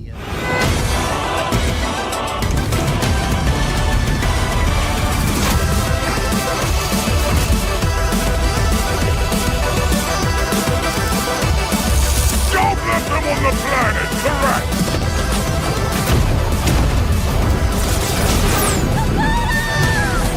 If they find Caboodle first, I can't let that happen. I have to find him. Let's go!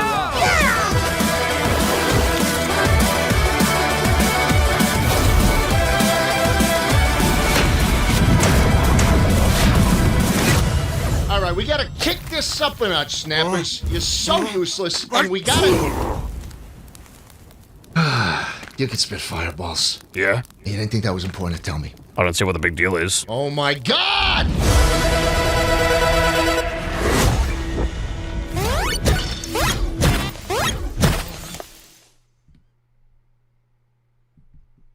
Who did it say it was written by?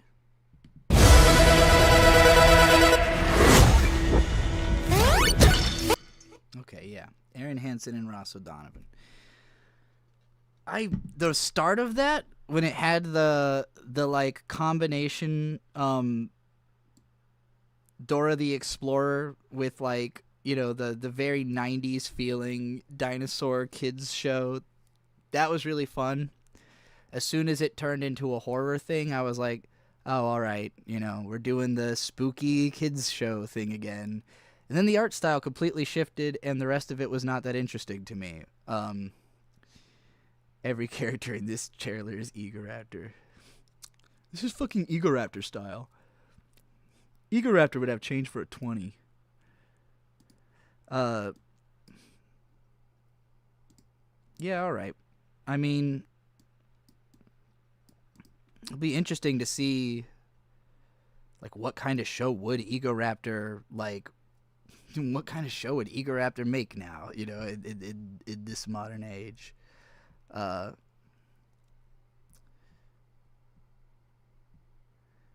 But, because I feel like it's been a while since I've seen an animation written by Egoraptor. Ross O'Donovan, I only remember ever seeing a few cartoons from him, and I was never a big fan of the writing of them, you know, like, if anything, I like seeing at the end that it was like written by both of them. I was like, well, okay, I feel like Aaron might be better at writing than Ross, but I don't know if either of them is really somebody I come to for writing per se. Yeah, it could be neat. Been a while since I've even seen the name Ross O'Donovan, to be honest. He's been working on this for 15 years. God damn.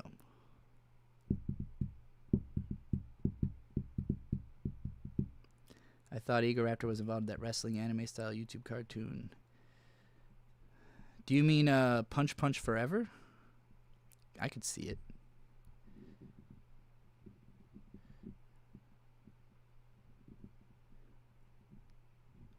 Yeah, the beginning, I really thought the whole show was going to be in that aesthetic from the start, and I thought that would be really interesting. And then when it broke away from that, I was like, oh, well, now it's just a cartoon, you know? Like, it's not nearly as interesting, but, yeah, hard to say. It did not spark my personal feelings of hype, but it could be good.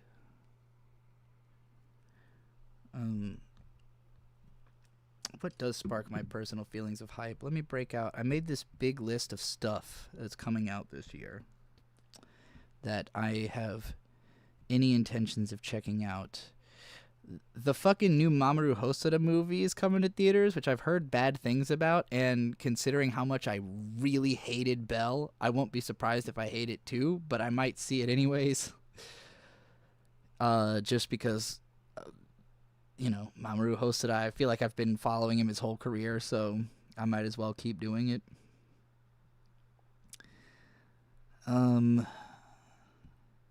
There's a new Suda 5-1 game coming out. I don't know if that'll be any good, though. Let's see. Oh, that game Demon Tides is coming out in a couple weeks, which looks fucking phenomenal. Like, the coolest looking 3D platformer, indie 3D platformer, in my opinion. It's the one I've been the most hyped to see come out. Not even because I think that I would personally love it as much as I would love to watch people play it, just because the movement mechanics are, like, the most satisfying thing I've ever seen. What the fuck? My fucking window crashed. It didn't change anything. Okay. You liked Belle? Man, I hated Belle so much. I never finished. I had been writing I had a video called like Belle is broken but I can fix it, and it was going to be me explaining like how I would rewrite and restructure the movie to make it make sense. But I was writing it and then got stopped and did some other stuff, and by the time I got back to it, I could not remember what my ideas were because I had not taken notes. So I just abandoned it. And yeah, Demon Tides, it's got some trailers out now you should check out. Idiot Bomb with $2. Libely Forever. Indeed. The goddess of metal. One day her story will be complete. Foxy Shazam is going to play live here in a couple weeks. I hope I can get to see that. There's a new Resident Evil coming. I don't know if that'll be any good. Let's see. Invincible Season 4 I probably won't watch. Steel Ball Run is going to come out. It looks like it's pretty much just the manga colorized, which, I don't know, that's basically what JoJo is, so maybe it'll be good. Let's see. There's more Beastars, but I'm behind on it. There's more Slime Isekai, but I'm behind on it. There's more Dr. Stone, but I'm behind on it. Star Wars Maul. They're making a Darth Maul show that Bird is going to probably be extremely excited about. Let's see. Bobo Bay is supposed to come out this year. The Chow Garden game, the indie Chow Garden game, which is very fun and cute. That I think still has an open beta available. There's a bunch of conventions that are going to happen in my area that I hope I can get to, but I don't know if I'll be able to. The new Ghost in the Shell anime, which actually also looks like it uses the manga as a storyboard, which is fascinating. Like, after 30 years of, like, everything but just a straight adaptation of the manga, we're finally getting just a straight adaptation of the manga. And the trailer looks pretty gorgeous, so... there's this movie called Jadugar, A Witch in Mongolia that's supposed to come out in July and looks fucking gorgeous.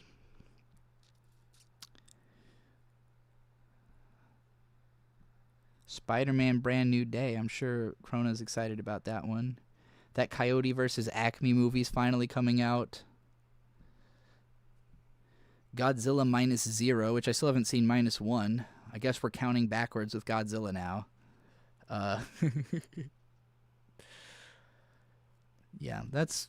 Oh, yeah, Ghost of Yotei coming to PC. I really want to play that game, but I don't have a PS5, so... I'll be excited for that. But that's most of the stuff I've heard of that sounds exciting. Not a whole ton. I haven't heard of anything that's supposed to come out this year that has me in, like, a state of real hype, you know? I said The Boy and the Beast is like a BPD simulator. That's definitely how I feel about it. It's like...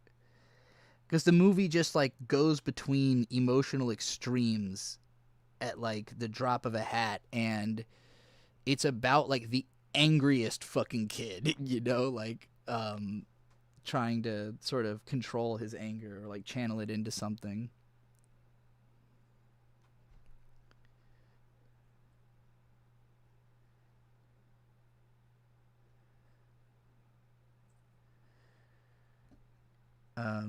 Yeah, I mentioned Invincible Season 4, but I didn't even watch Seasons 2 or 3, so...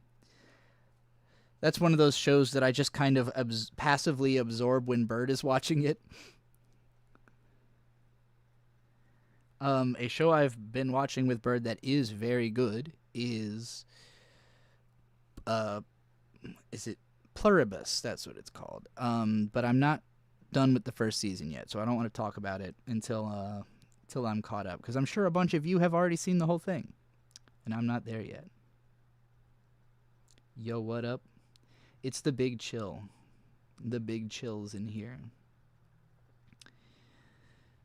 Still hoping to just get a read on what kind of things are people excited about. What kind of, like, what gets you going these days? What makes you like, damn,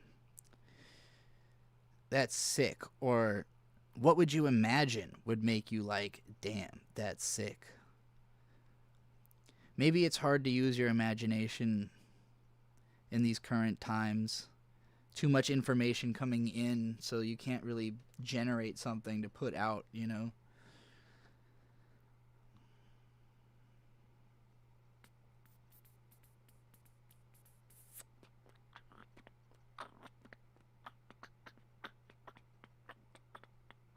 Invincible is the edgy superhero show that the boys wishes it could be. That's an interesting take on it. They're both fine to me, you know? Like, The Boys, I think, has more impact because it is live action. Like, for me, the shock of, like, seeing people just fucking explode at any given moment, you know? Like, that show is constantly tense, but it's exhausting. Like, I don't like watching it because it is just constant tension. And I'm like, I don't really want to feel constant tension. Invincible is more like, this is, like, you know, good, but it is just boring to me. Like, I don't connect with the hero at all, so I don't get very much out, or I don't connect with any of the characters. Like, nothing in Invincible connected with me in any kind of personal way. So it's just kind of the kind of show where I'm like, well, yeah, this, like, intellectually I appreciate what this show is doing, but for me it is essentially empty, you know?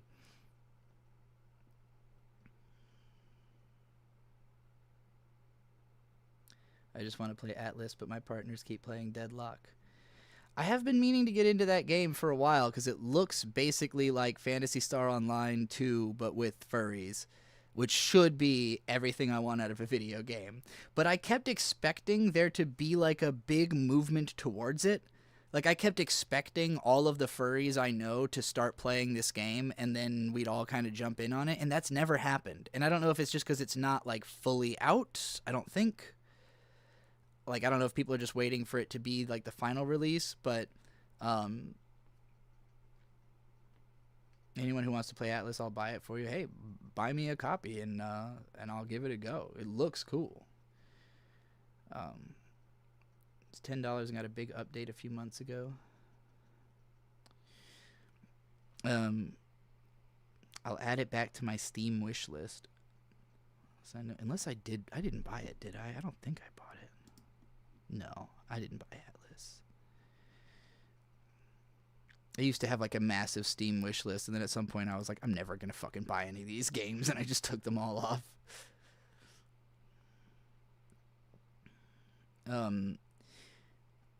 I keep waiting for anybody who I know besides Bird to play Arc Raiders, because people on the server keep saying, like, oh, I bought Arc Raiders, or I'm interested in Arc Raiders, and I have not seen one single person log on to the game yet. Now, granted, I haven't played in a few days, so if somebody was playing in the last few days, I missed it. But yeah, that's the best. Arc fucking rules. Hey, Digit, you'll play Arc with me? You gotta add me on Steam. My name is Bomber Girl, all one word. But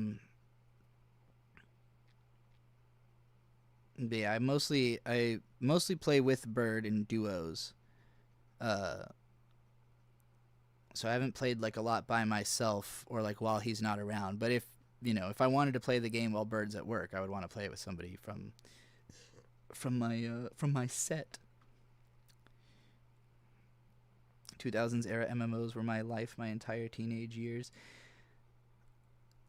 I really thought that MMOs were like the most fascinating concept in the world when I was like right after .hacksign aired in like 2003.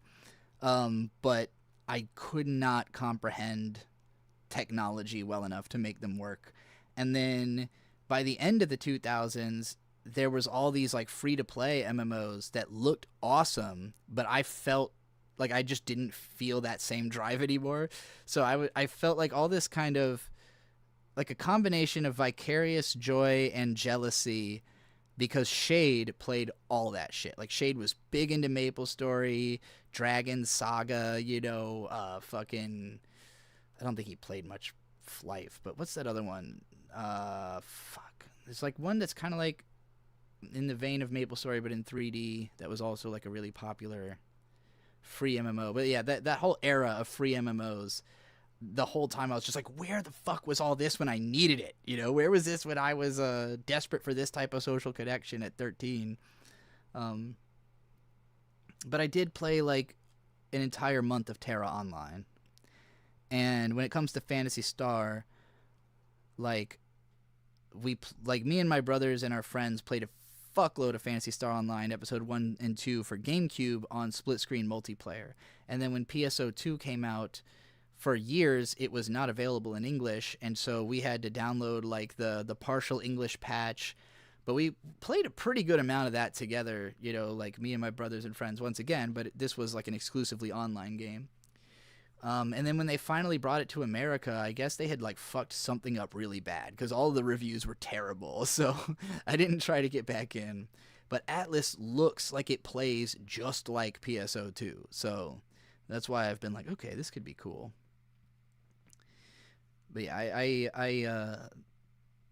I before becoming a YouTuber, like the most popular thing I ever did was writing the Terra Online solo leveling guide, because I was one of the first people to hit level cap playing entirely solo, and I wrote a guide about how I did it that was on my old blog, and it ended up being on the sidebar of the Terra subreddit. So literally, like, anybody coming to that subreddit, it's just right there as like one of the, you know, the general pieces of advice about the game. I don't know how long that stayed true for, but it was at least true for like a year, you know.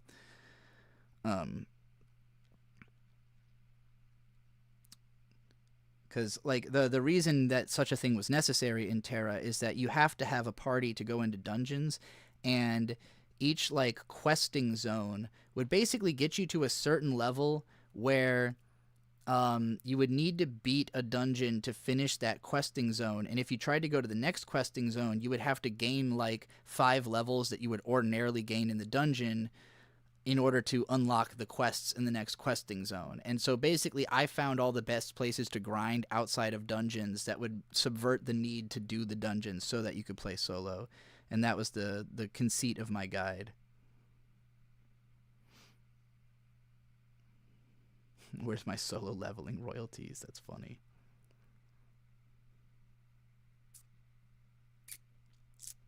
Resurrection F. Frieza, Frieza, Frieza, Frieza, Frieza.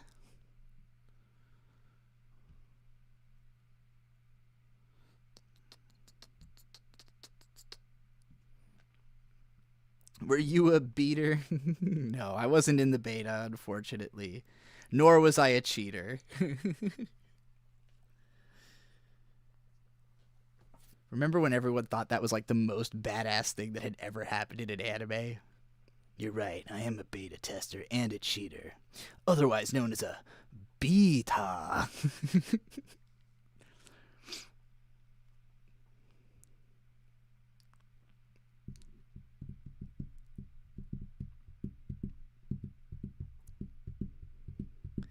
I guess Kirito was kind of the OG solo. Well, no, because Tsukasa was solo too. But Tsukasa wasn't as driven to actually beat the game. Tsukasa was just kind of fucking around.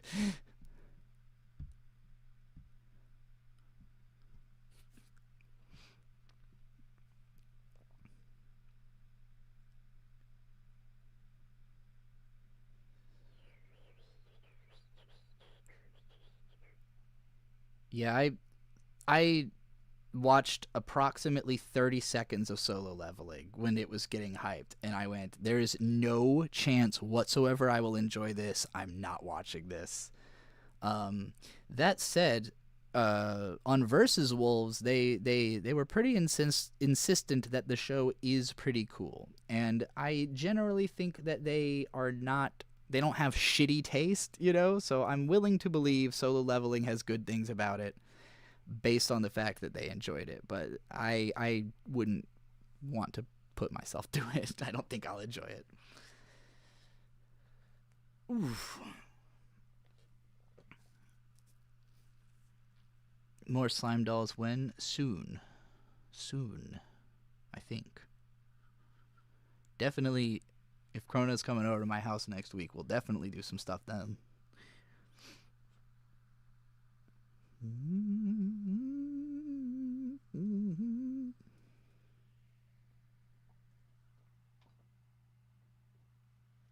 Started hearing an odd noise in the room. It got real quiet.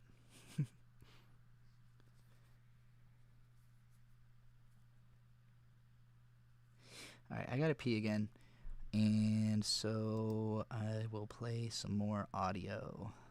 This time, let's just go straight to my Bandcamp. Let's play Journeywoman. I like that.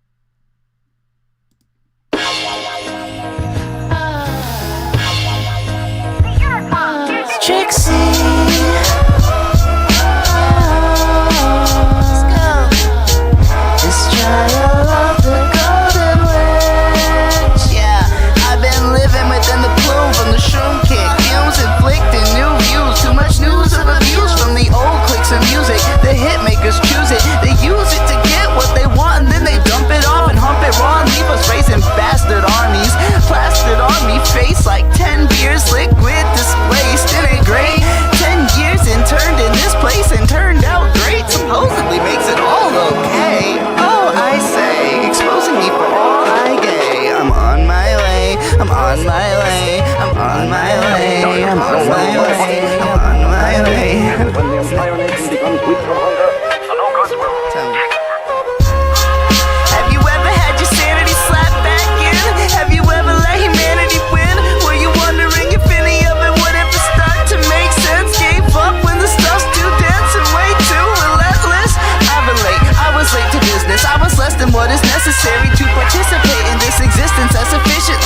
sought. Bought a second chance and now I dance through bullet showers without suicidal thoughts.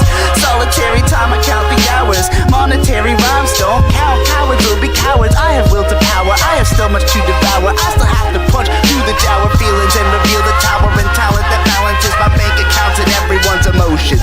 Tidal like the oceans, and I'm from the coast of Tidewater. Pusha T and Malice still defend the honor. Missy Elliott was a one misdemeanor, meaning she's the cleaner one of anyone from the city.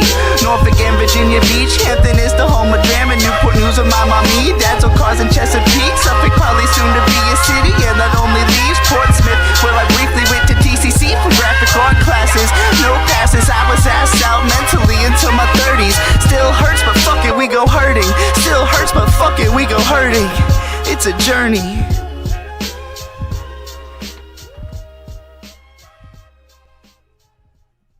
Wow. Would I want to do a quick song react before the end or stay chillin'? We'll just stay chillin'. Trixie, which is the best song, like, ever?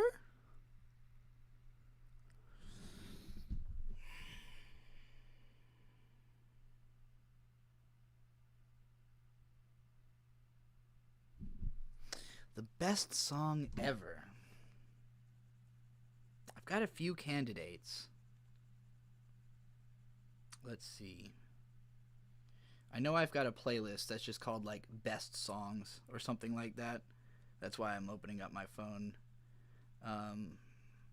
But having said that, I had this on Spotify originally, and I don't use Spotify anymore, so I haven't really filled in my best songs playlist on YouTube Music yet.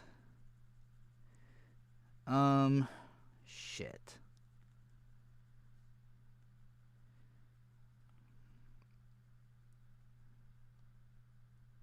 I don't know.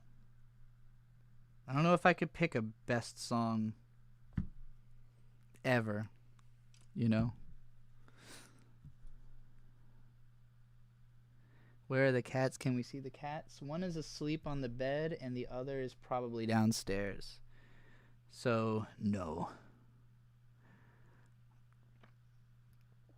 Sadly. Got my shit fucked for like another 10 minutes, but I'm back. Damn. Shit's getting fucked all over the place. Everything's fucked up, everybody. You know what? Actually, the greatest song of all time, Break Stuff by Limp Bizkit. Surely deserving that title. Hold on, let me think of how it starts. Oh yeah. It's just one of those days when you don't want to wake up. Everybody sucks. Everything is fucked. You don't really know why, but you want to justify ripping someone's head off. No human contact, and if you interact, your life is on contract. Your best bet is to stay away, motherfucker. It's just one of those days. It's all about the he said, she said bullshit. I think you gotta quit letting shit slip, or you'll be living with a fat lip. I feel like shit. And my suggestion is you keep your distance. 'Cause right now I'm dangerous. We've all felt like shit and been treated like all those motherfuckers who want to step up. I hope you know I'm like a chainsaw. I skin your ass raw. And if my day keeps going this way, I just might break your fucking face tonight. Give me something to break. Yeah, that song fucking rules. I hope you know I'm like a chainsaw. What? So come and get it. It's either that or One Step Closer by Linkin Park. Shut up when I'm talking to you. Shut up. These are the answers I would have given when I was 10, probably. Or fucking Green Day's Basket Case. Do you have the time to listen to me whine about nothing and everything all at once? I'm one of those melodramatic fools, neurotic to the bone, no doubt about it. A7X, oh, they do have one of the greatest songs of all time, being Bat Country. Caught here in a fight. stay. I try to drive on through the night, the heat-soaked ridden weather and barren empty sights. No oasis here to see. Sand is singing deathless words too. Can't you help me as I'm starting to burn all alone? Too many doses and I'm starting to get an attraction. My confidence is leaving me on my own, all alone. No one can save me, and you know I don't want the attention. Oh, you're right, I skipped the He who makes a beast out of himself gets rid of the pain of being a man. which is a quote from Fear and Loathing in Las Vegas by Hunter S. Thompson, a name that is right in front of my face because one of his books is in my peak pile right across from me. Oh, hey, Mr. Big Man's here.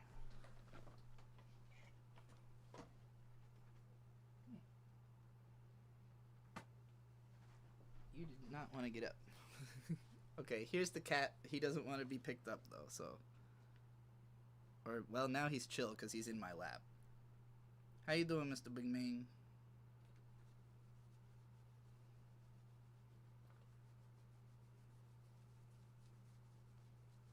This is the ultimate cat. His real name is Behemoth, but I call him Mr. Big Man. Or Mr. Big Manaphy. Or just simply Big Manaphy. Or just Mr. Big. Or just Mr. Or just Big. He's actually not as big as he was when I first started calling him this. He used to be much bigger, but they put him on a timed release food system. Alright, you don't need to chill on my lap. You can go do something else fun. Go steal Bird's chair. You can hang out next to me, but you're not going to get my chair. So, at least not yet. Not till I'm done.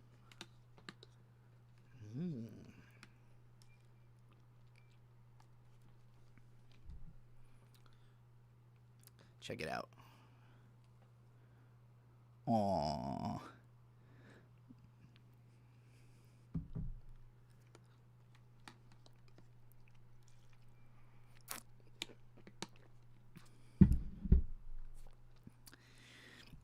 I've got fucking Backcountry stuck in my head now.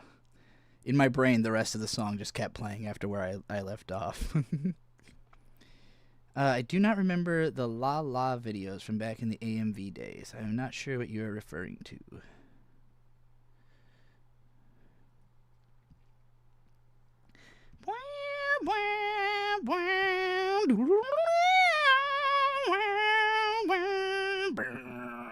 I saw a video. One of the funniest shorts I've ever seen was like Avenged Sevenfold fan trying to like sell you on the band at a party, and it's just a guy like, oh, this part, and then he like literally mouths the entire solo to Bat Country, and I was like, hey, I do that too.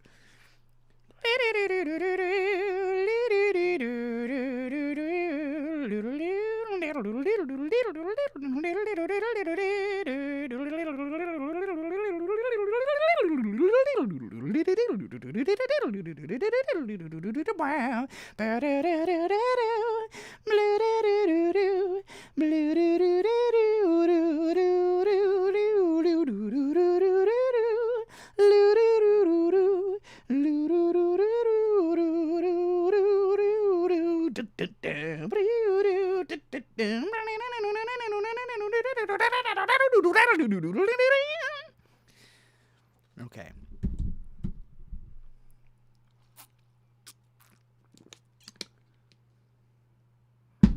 It is one of the best guitar solos of all time. You gotta admit it's incredible. Even singing it, it sounds pretty good.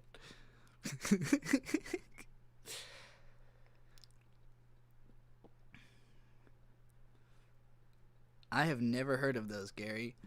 The only two AMVs that I remember specifically for just being compilations of violence is the Die for Your Government AMV, which was like every kill you could have found in Western, like anything anime that had been released in the West and had violence, it was all in there.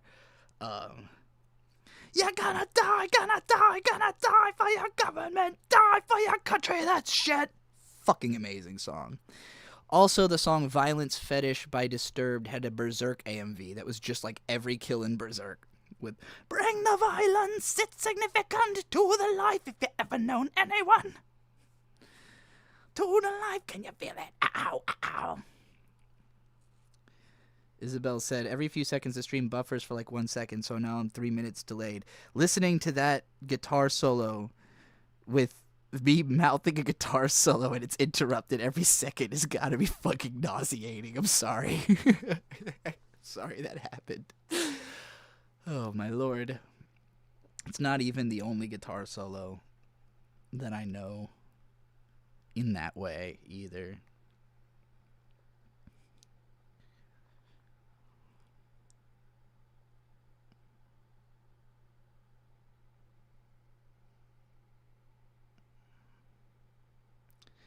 Lala Soon, yes. Mobile Suit Gundam. Turn A Gundam. If you're not watching my Turn A Gundam coverage, you should be. Nova's anime blog. It's the only anime I really be talking about. Later, Isabel. Other than the current shows that me and Bird have decided to talk about on our podcast. Which, incidentally, I gotta go work on episode 12 of Turn A Gundam, so I'm gonna end this stream. This has been a fun little 2 hours. Fun little play and catch up with y'all. I still don't feel like I got the answers I was looking for in terms of, like, what do we need, you know? What does this community and this world need from me right now? Other than this, I feel like maybe this was exactly the kind of thing that was needed.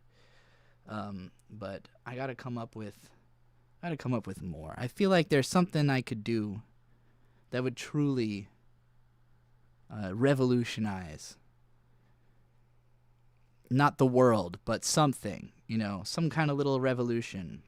Kusomega will happen eventually, but there's nothing I can do to make it really happen faster.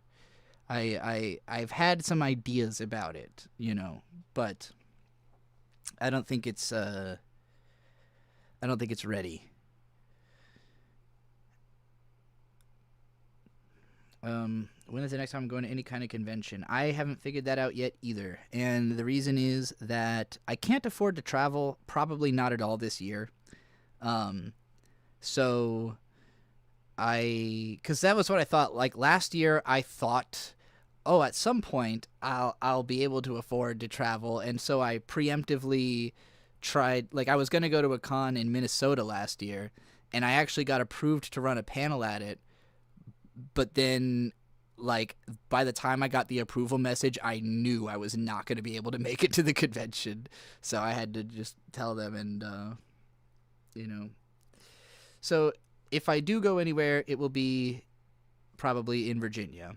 I live in Norfolk, and there is an anime convention that's supposed to happen in Norfolk in a couple months for, like, 1 day at a hotel that I will almost certainly go to just because it's, you know, here. There's like a couple of smaller conventions like in Hampton Roads that I will look into my ability to go to. I cannot guarantee anything yet. But we're going to do a panel on. It would have been my I have a panel idea for the history of Q-em-ups. Like just a rundown of the whole Q-em-up genre. And it fit like the themes of what 2DCon was about that year, so it would have made sense. But NecoCon, I don't know where and when is NecoCon. NecoCon I've been to once, and it was not really interesting at all, but that's not till November. But I don't have high expectations of these little cons, you know. Where is NecoCon still at? Yeah, it's still in Hampton. Okay, so that's a maybe. Cute 'em up like my dress up darling. No, like the genre of shoot 'em ups, but they're cute. Basically, it started because you know in the 80s and 90s, like scrolling shooters, like where you have a little spaceship and you're shooting at guys, were really popular. And so like one of the big ones, Gradius, the company Konami that made it, created a parody version called Parodius, which is just like a bunch of cute, funny, weird stuff. And there's another game called Twinbee that is like a very cutesy take on the genre. And from the influence of those games, there spawned a bunch more of them. Eventually, we end up with Toho, which is also, Toho is also bullet hell, so that's kind of its own thing, but I would still lump it in with Cute 'em Up. But yeah. I want to do a whole panel on that just because I particularly like that genre, and it's not that hard to gather all the history on it at this point. And then I had another idea for an anime panel, but I can't fucking remember what it was. Like, I had two very solid panel ideas. One was history of Cute 'em Ups that I was like, I'll take this to any gaming convention. Oh, I think it was just going to be like the history of trans characters in anime or something like that. Or like transgender and anime, or anime, gender politics. I don't know. Something about trans anime stuff would be a cool panel. But yeah, I'll probably try, what I will probably do is apply to be a panelist at some of the local conventions, and then if I get approved, the odds of me going will be a lot higher, or if anybody else is planning to go to them. But there are a bunch. I just found out there's a new con happening in Norfolk this year called Kawaii Con, which is literally just dedicated to cute things, so I'm definitely going to pitch the Cute 'em Up panel to them, because it would be nice to, get my first experience trying to do that panel somewhere close to home and without that high of stakes, like a brand new con. I guess the stakes are a little high, but, I'm pretty confident in my ability to present a panel. I just haven't I never did a panel that wasn't heavily reliant on me just being me. Like historically, when I was getting invited to conventions because I was a popular anime YouTuber, I just did Q&As for the most part. I would just literally answer random audience questions for an hour. And then the only panel I ever did other than that was like a full history of anime. Just like, here's the truncated history of anime. I did that one at Toricon because at that con I did 3 panels. Because that's the only one where I was like a paid guest. And it was in Rochester. And so for that panel, it was like I did a Q&A, and then I also did an After Dark Q&A like later at night. But in between those, a history of anime panel. But that one was just very generic and, not... I don't think it would be nearly as interesting as doing something more specific and less common knowledge,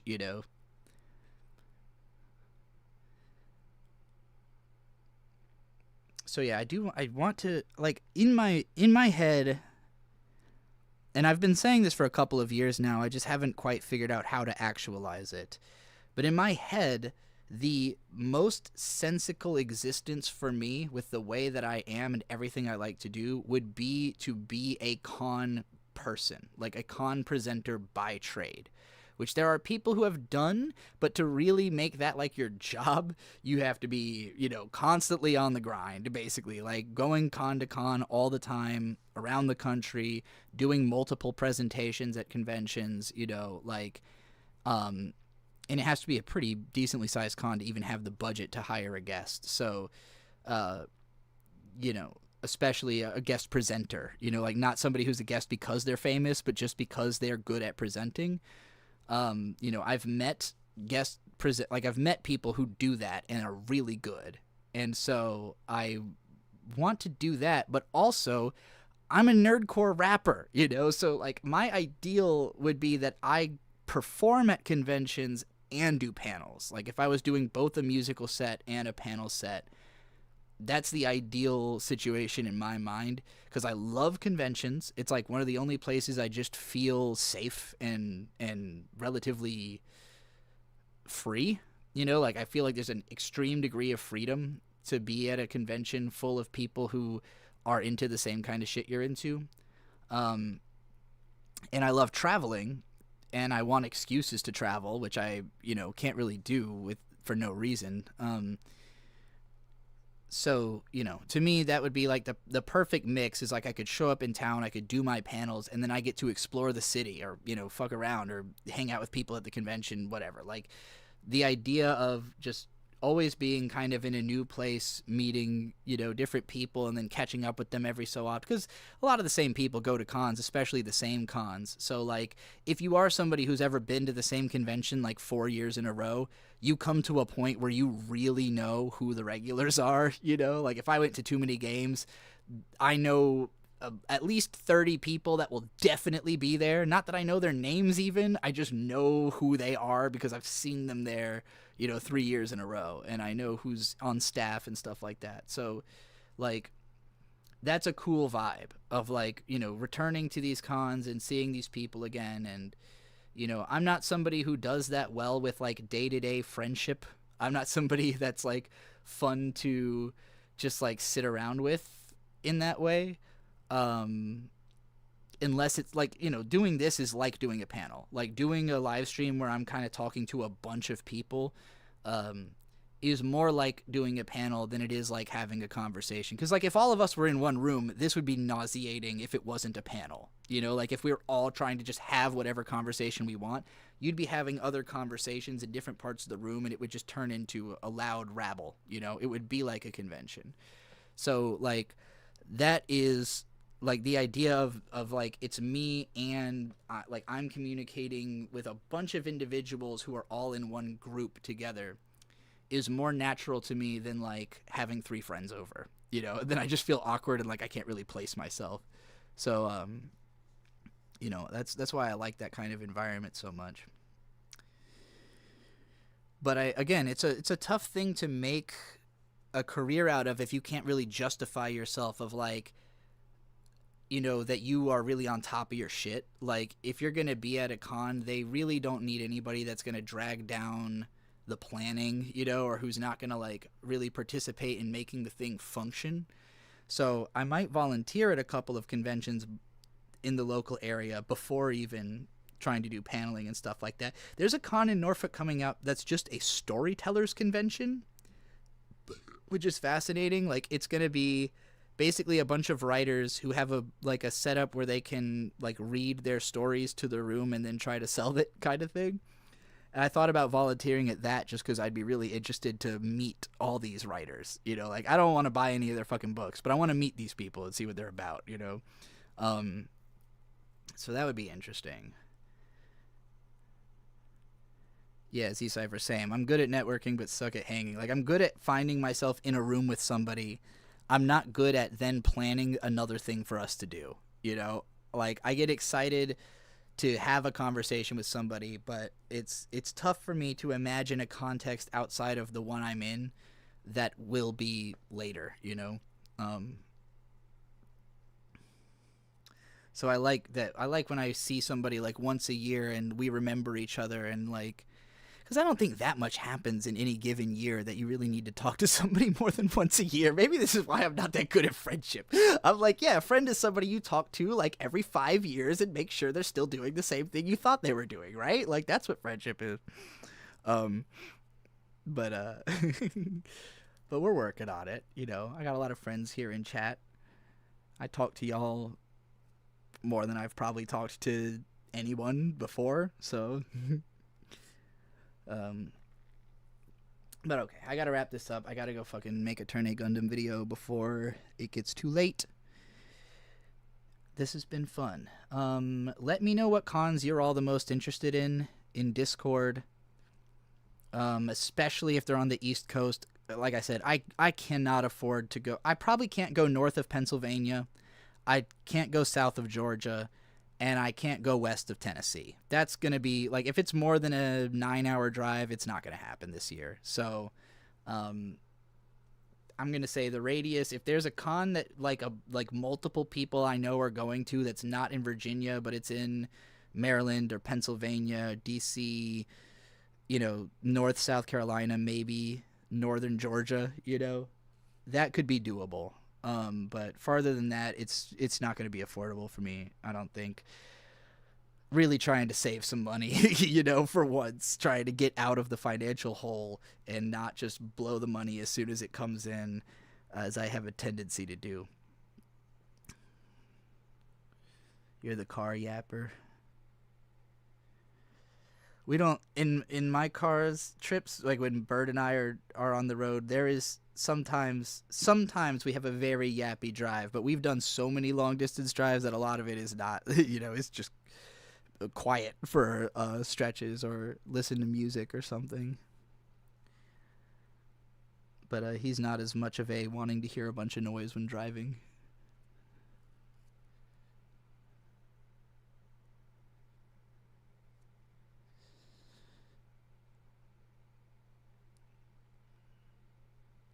I live near New York City, so your area would be a significant trip south for me. There is actually, like, there's ways to get from New York City to Virginia Beach in less than 8 hours, I think. But it would probably be several tolls. There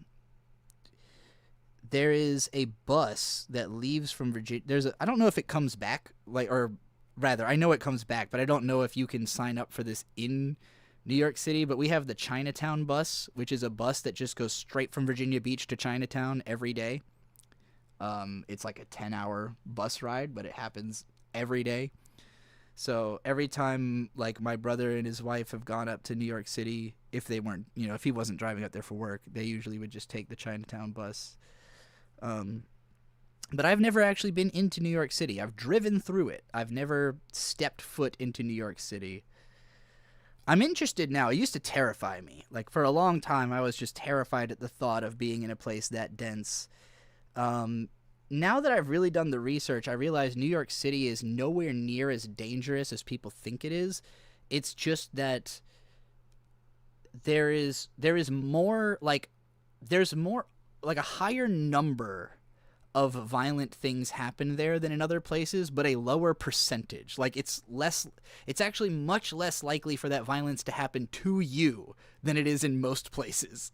There's just so many people there, so, like, yeah, there's going to be a higher overall count of violent incidents, but in terms of what percentage of the population was involved, it's lower than almost anywhere else in the country, actually. So it's not necessarily as dangerous as you think, especially for people who are just visiting, and if they keep their wits about them. Obviously, there's dumb shit you could do to get yourself in trouble, but I'm a lot more interested in it as I've studied hip-hop more and more, and, like, I finally learned about the 5 boroughs. Like, for a long time, I didn't really comprehend that whole concept. Now I know where they all 5 are and where each one starts and ends, and, like, I'm very curious about all the, like, fucking specific neighborhoods and stuff that have their own culture and their own identity apart from each other. The loudness got to you more than the danger. Well, Norfolk is really loud too, so I mean, I doubt it's anything like New York, because in New York it would just be constant and everywhere. But, like, I live very well, I shouldn't even say that it's a product of. If you live in Virginia Beach or Norfolk, you live near an airport. Whether it's a military airport or a regular civilian airport, there is fucking planes and jets everywhere in Hampton Roads. And, loud trucks and just all kinds of shit. It's actually pretty quiet today, though. I haven't heard anything distractingly loud today, so sometimes it's much worse. Lots of military bases. Okay, I'm for real. I got to stop. Thank you for listening, everybody. This was fun. I'm gonna peace out.